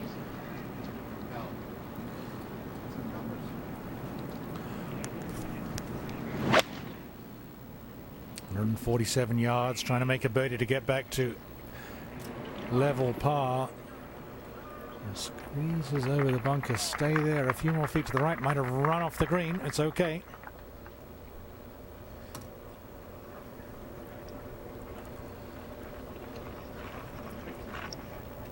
And of course Bubba. It's uphill, 440 yards, cool, damp conditions. He's got only 125 to go. Enormous tee shot, as we expect.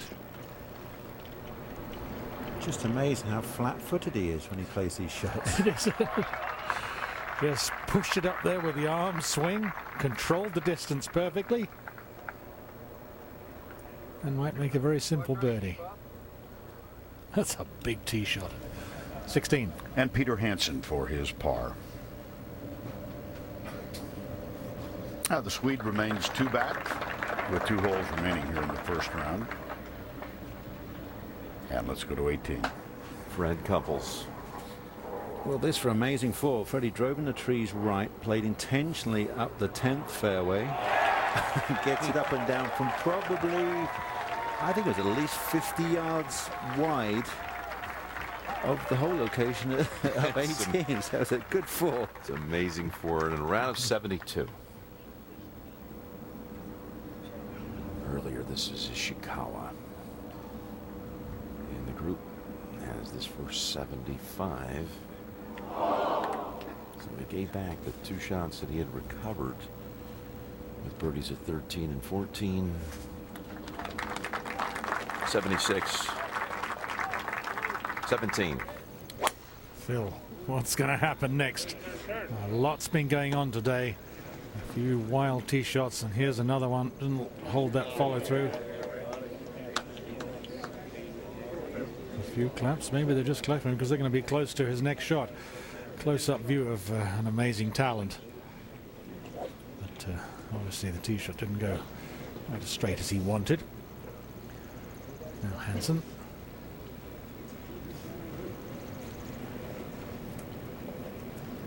Eisenhower tree certainly dominating the view up the hill on this tee shot. Giant loblolly pine.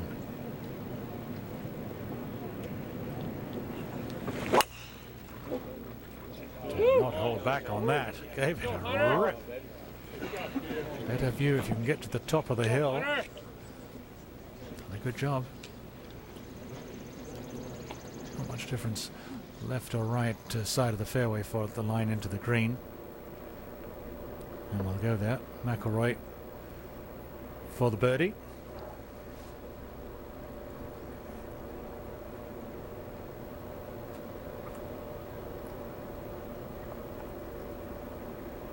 Just one over. It looks as if he's been pretty frustrated. A number of shots haven't gone quite the way he wanted, but only one over. And I thought it might have been too soft. And psychologically, big difference between over par and level par. You can have your shaky round and be even par at Augusta National. That's pretty good.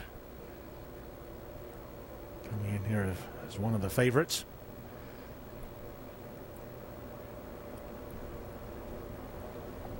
Cabrera, he's obviously won a United States Open at the very difficult Oakmont Golf Club, won a Masters. His career, not a lot of consistency, consistent talent for the game, but he's kind of up and down, sometimes gets frustrated with the game. And he's, well, a little confused, so understandably taking some time. And make absolutely sure what line to pick. Check those leaders. Westwood alone at 5 under. Cabrera there, only 3 off the lead. Finished 7th in 2011 here.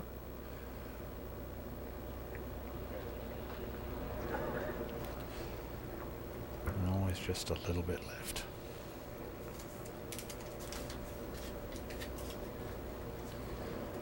Because he could well be on an extension of his fellow competitors' line if they go past the cup. His footprints would be right there. He's a natural competitor. Oh, Bob after that beautiful approach. Big tee shot. Lovely pitch for his approach. And will be very disappointed not to move to 3 under par.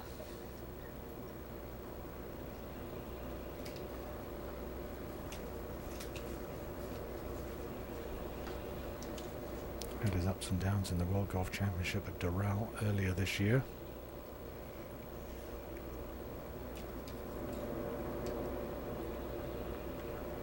Oh, it looked as if he was hesitant in that follow-through, but good enough contact. And despite those 2 bogeys early in the second 9 here, 3 under par.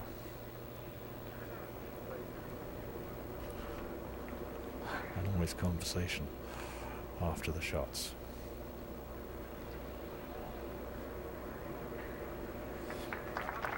And Cabrera stays 2 under.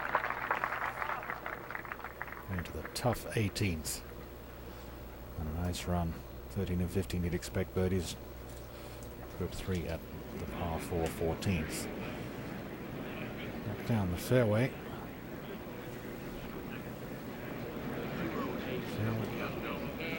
It's a long way back. A long, long way back. He will not be able to see, might be able to see the top of the flagstick.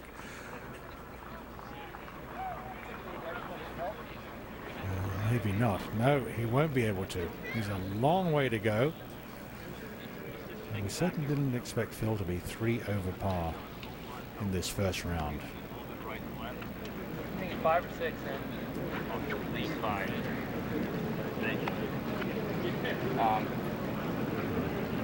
Enthusiastic practice sessions. Well, you know, again, it's not as important. He was up early. He was up early this morning on the tee at 8 o'clock. Palmer, Player, Nicklaus opening the event. Teeing off on the first. Phil was there, and I think they were very happy to see him there. The big 3.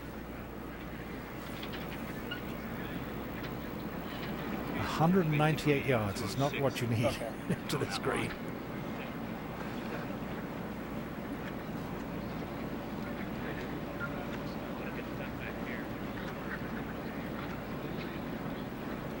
Bunkers very much in play. Front right and left.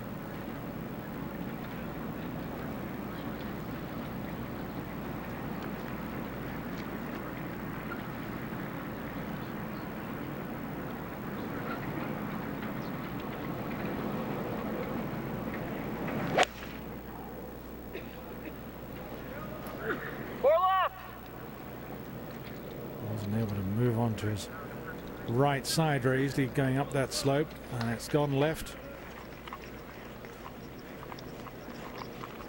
So work to be done.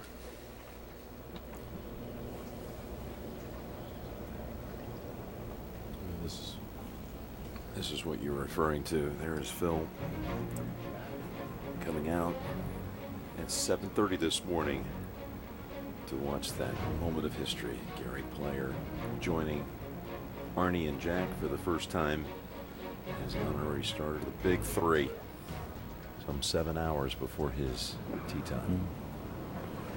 17. Now Hansen's second shot. I wonder if Arnold Palmer was messing with Mickelson, saying, well, you've got a green jacket.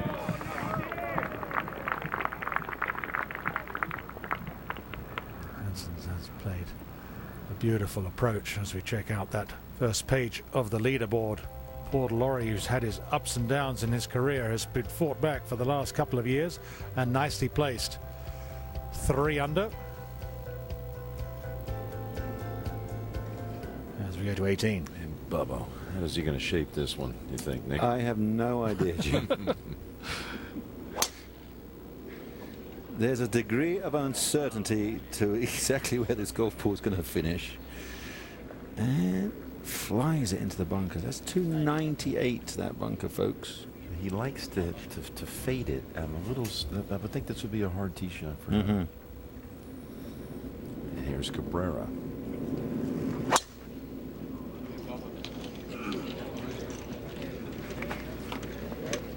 Cabrera, of course, has made some famous falls from in those trees in the in that playoff.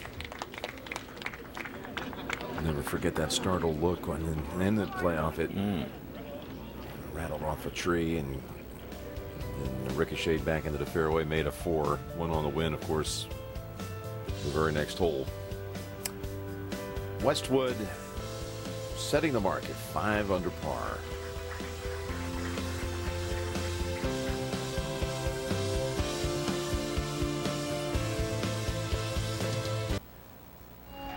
We're back here at the Masters. Last couple of groups wrapping up this opening day. A little bit of rain, but we've been able to get the play in. Lee Westwood. So often his name has been on the first page of a leaderboard in almost every round of major championships, nearly half of them over the last 3 years. There he is again, and we continue to follow the travails of Phil Mickelson throughout the day. Back over to 17. And 3 over par for the round. Of course, the triple bogey 7 at number 10 with the lost ball after the tee shot. The real culprit. And let's try and finish par and regroup for tomorrow. A few contours to deal with. A little uphill to the edge of the green, then downhill. Up a little bit and then downhill to the hole, the last few feet. Nicely played. Had to get everything right, trajectory and spin. And able to put a horrible tee shot out of his mind and concentrate and try and save par.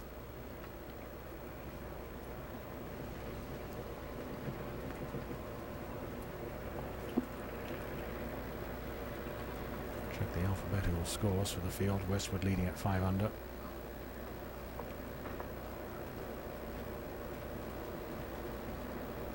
Cabrera 2 under, going up 18.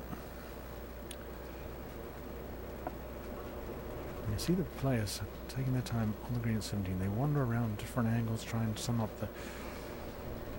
the contours. It is a difficult green to read consistently well.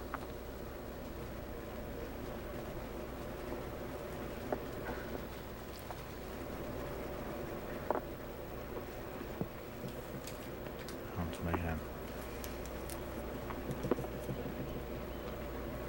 2 wins this season, including the match play.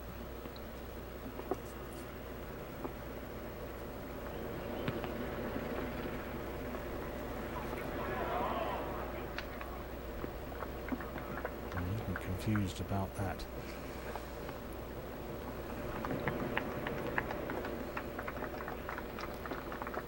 No problem, an even par, 5 off the Westwood lead.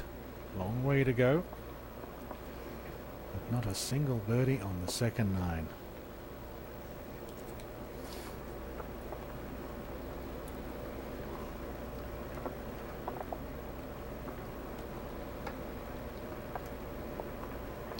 Hansen.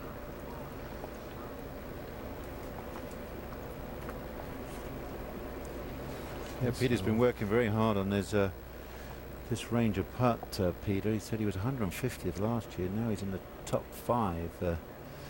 Interesting. Yeah, so he's been really grinding on the 5-footers, 5 to 10 footers. Work has paid off for him this season. Hold. Oh, beautifully. 300 on the second line, even without birdies at 13 and 15, the 5 pars. Well played.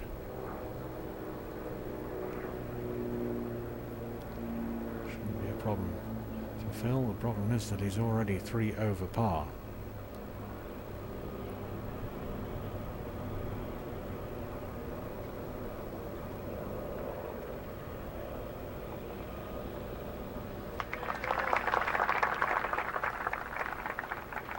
Group of the day.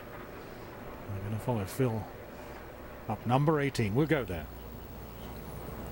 Cabrera's already punched out of the trees here at 18 with his second, and now Bubba Watson.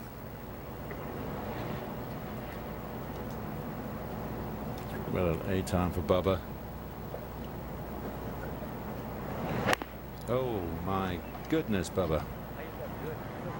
Said I hit that good. It can't have been that good. Come on. It's only, I mean, it's only it's 150 from the middle of that bunker to the front of the green. So if that's an 8-iron, he just whacked it in the lip. Now Rory with his second. Rory made a great birdie at 17. Can he do one more? Might have been a little tuggy. Let's see. Yeah, he was fighting it, wasn't it, when that followed through? But that's a very good shot. Gives him more than half a chance. Still posing.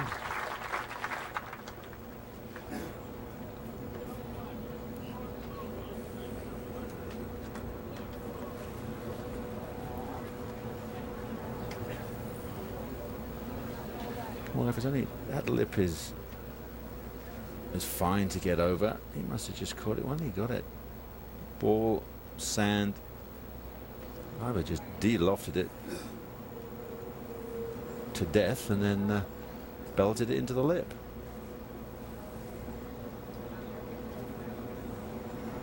Cabrera's third shot. Oh, careful, careful. Wow. How about that action? Draws it back up the hill. Yeah.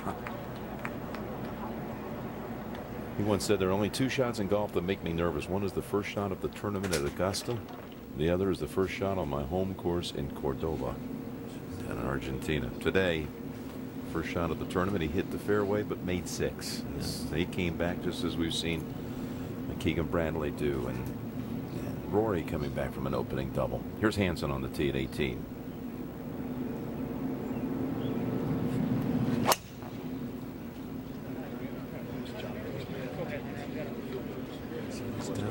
Left side, but safe. Extremely narrow, the 18th. It really has kind of closed up over the 20 odd years, 30 odd years I've been here. Now Bubba's third. He's going to be careful of overspinning this one. Could have landed probably past the flag. Giant divot with that one, Bubba. Tried to scoot it up. Very impressive. Little rotating forearm. To get out of here with a 4.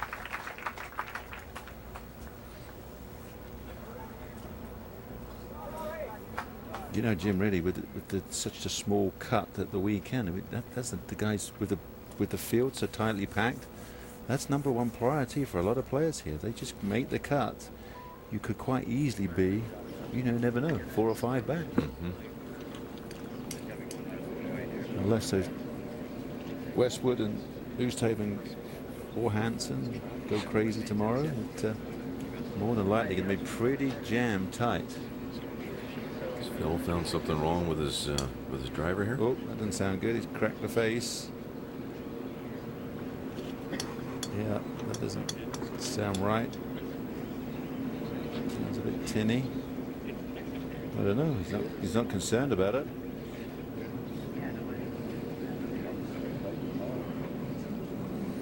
They're looking around.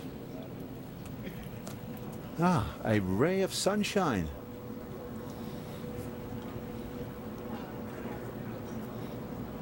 It's far, far easier than a few of the chip shots we've seen from over the green. You can just pop this under the fringe. Oh, this is starting to get messy. Yeah, jammed it, stabbed it.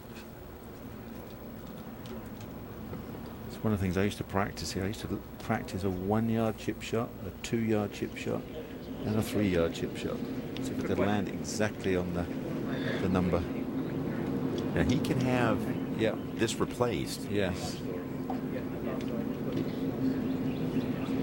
If in fact it is damaged. Well, he's saying, oh, that's interesting. He's saying the club got loose, and obviously with the modern driver now, you have a special Allen key, and you can give it a twist, and he's secured the head onto the shaft. Yeah, you have to restore it.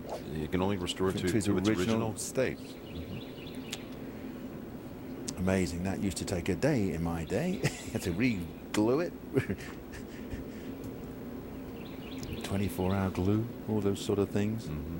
Right, Phil, where are we going, please, on this one?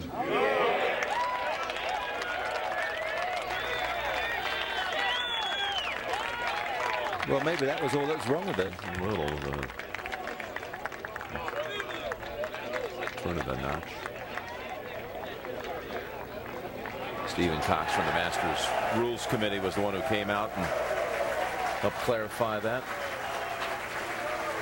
Well, you heard the roar. Now let's check out the roar. The roar for Rory. For back-to-back. That is huge. To pull out 71 out of this round. How about that? Well, he's had a very frustrating day. He's been muttering literally all day, so something was up. Not comfortable with a few things, and to come in at 1 under par is a super significant day. He goes birdie in 17-18. Tiger went bogey. Yeah, good point. How about the 3 favorites coming in? You think about it. Phil had a lost ball at 10, cost him a triple. Tiger had 2 penalty shots. Still recovered, made par at 2, made bogey at 18 with a penalty.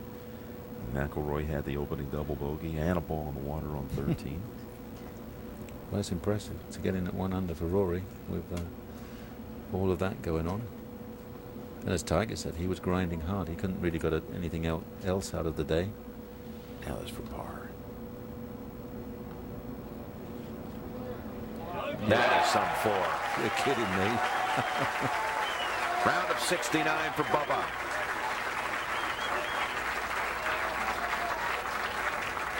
We've had left-handers win 4 of the last 9 green jackets. And Mike Weir was the first, and of course Phil in 04, 6, and 10. We're back in 03. Not sure how pink and green kind of clashes a little bit to me. Yeah, I think it could work, actually. Cabrera. Go, go, go. Everybody's making them now. What suddenly happened to the 18th? And that was a 5. And that was huge. Don't want to throw away an under par round. Cabrera already with 5 career top 10 showings here at Augusta. And of course he knows how to win the green jacket on top of it all.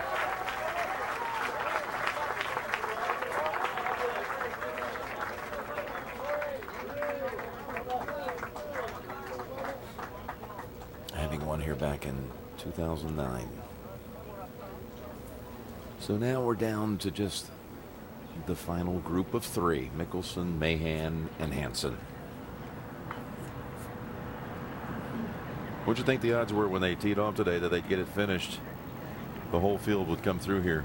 Well, slim. The way we were talking for almost the last 3 days that Thursday was going to have some major storm at 3 or 4 o'clock or 5 o'clock, and for us to scrape through. And actually now it's going to could be a beautiful evening for the last hour of light. I was thinking, just wait a minute. His first round at the Masters. You've been waiting for 8 months to get back into a major championship competition. How, the psychology of it, how hard is it this first day? For you, what was it like?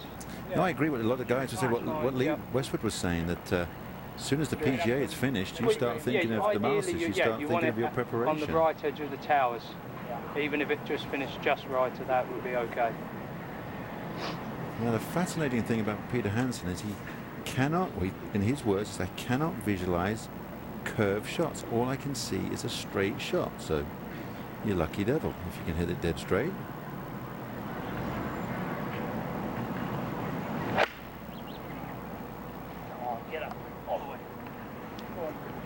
Wants it all the way back shelf, and that hop will not be enough. Yeah, landed high, soft into the middle of the green.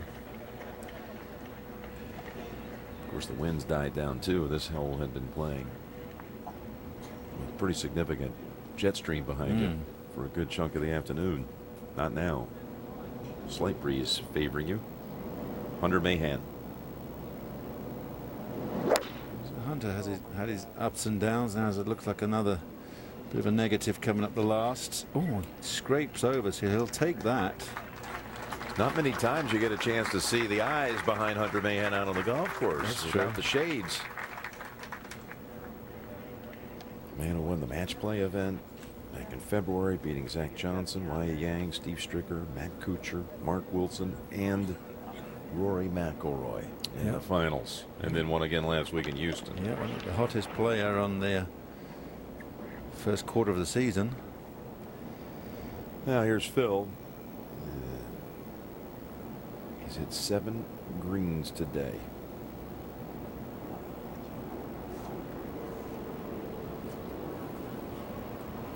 But if he could find a birdie here at the last. Yeah, you just never know, do you?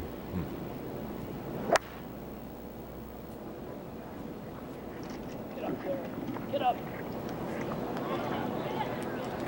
Yeah, fine shots. We'll have a little help with the read.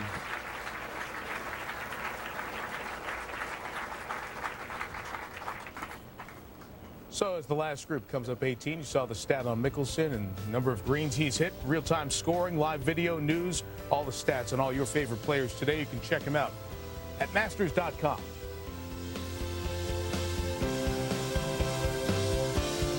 This is the AT&T Network, a living, breathing intelligence. So, that was a bit of an improvement from the last time I played it. Just quickly, how valuable was the finish to go birdie? Yeah, it was huge. I didn't feel like I had my best out there today, especially after the start, making 6 at the first. But to finish under par for the day, I'm very pleased. Well underway at the next Masters. We appreciate it, Rory. Let's go back to the play at 18. All right, thank you, Tom. That was to 71 when it's all said and done. That's really good. Yes. Seriously good. Now Hansen. Gonna have the flagstick attended here. Can actually join Westwood if he somehow hold it.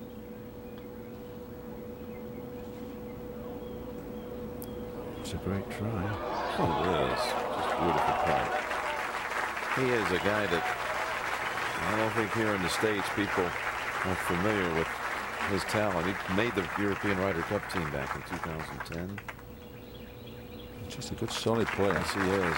He seems to be getting stronger and very comfortable with being in the thick of things with the best players in the world.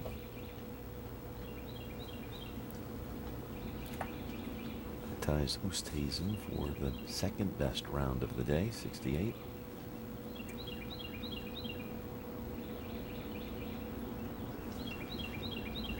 Surprised how many good scores there were in the afternoon here. Agreed, but when Lee Westwood went through, he took the lead. He's been out there for a good 2.5 hours, all the worst weather, to shoot one under on the second 9. Pretty impressive.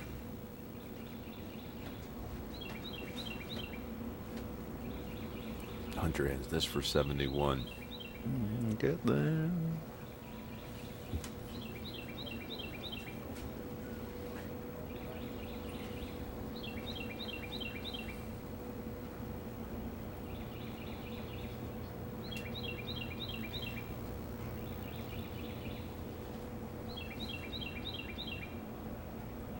Hill took a good look at that one. Stepped in. He's putting loops with sun straight into his eyes. Every time he lifts his cap, his visor, it's going to get blasted out.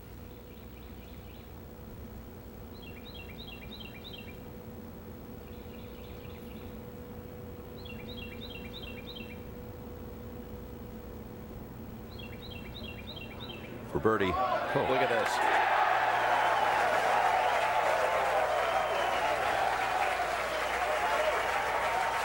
Wouldn't have believed that would be 74 when it's all said. Look at the 74 all the way, didn't it? He's been in more bushes and trees and bunkers. Should have adjusted that driver a little earlier.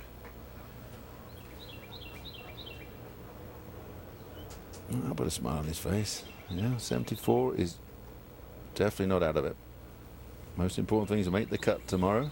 Well, for most of the day, this hole was holding up. It was not even conquered by anyone until about 2 o'clock in the afternoon when Kuchar made birdie here. There have been a bunch of them late in the day. 74, by the way, ties 55th.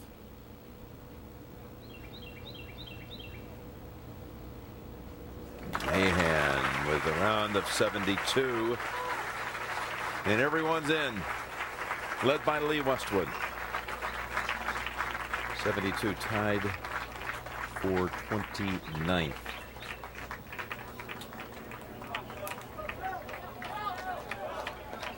I don't know. Was it Phil at Riviera at 18 Yes. on Sunday here? Very similar. Just needed it to have some fresh thoughts, positive vibes going into Friday. Don't count him out.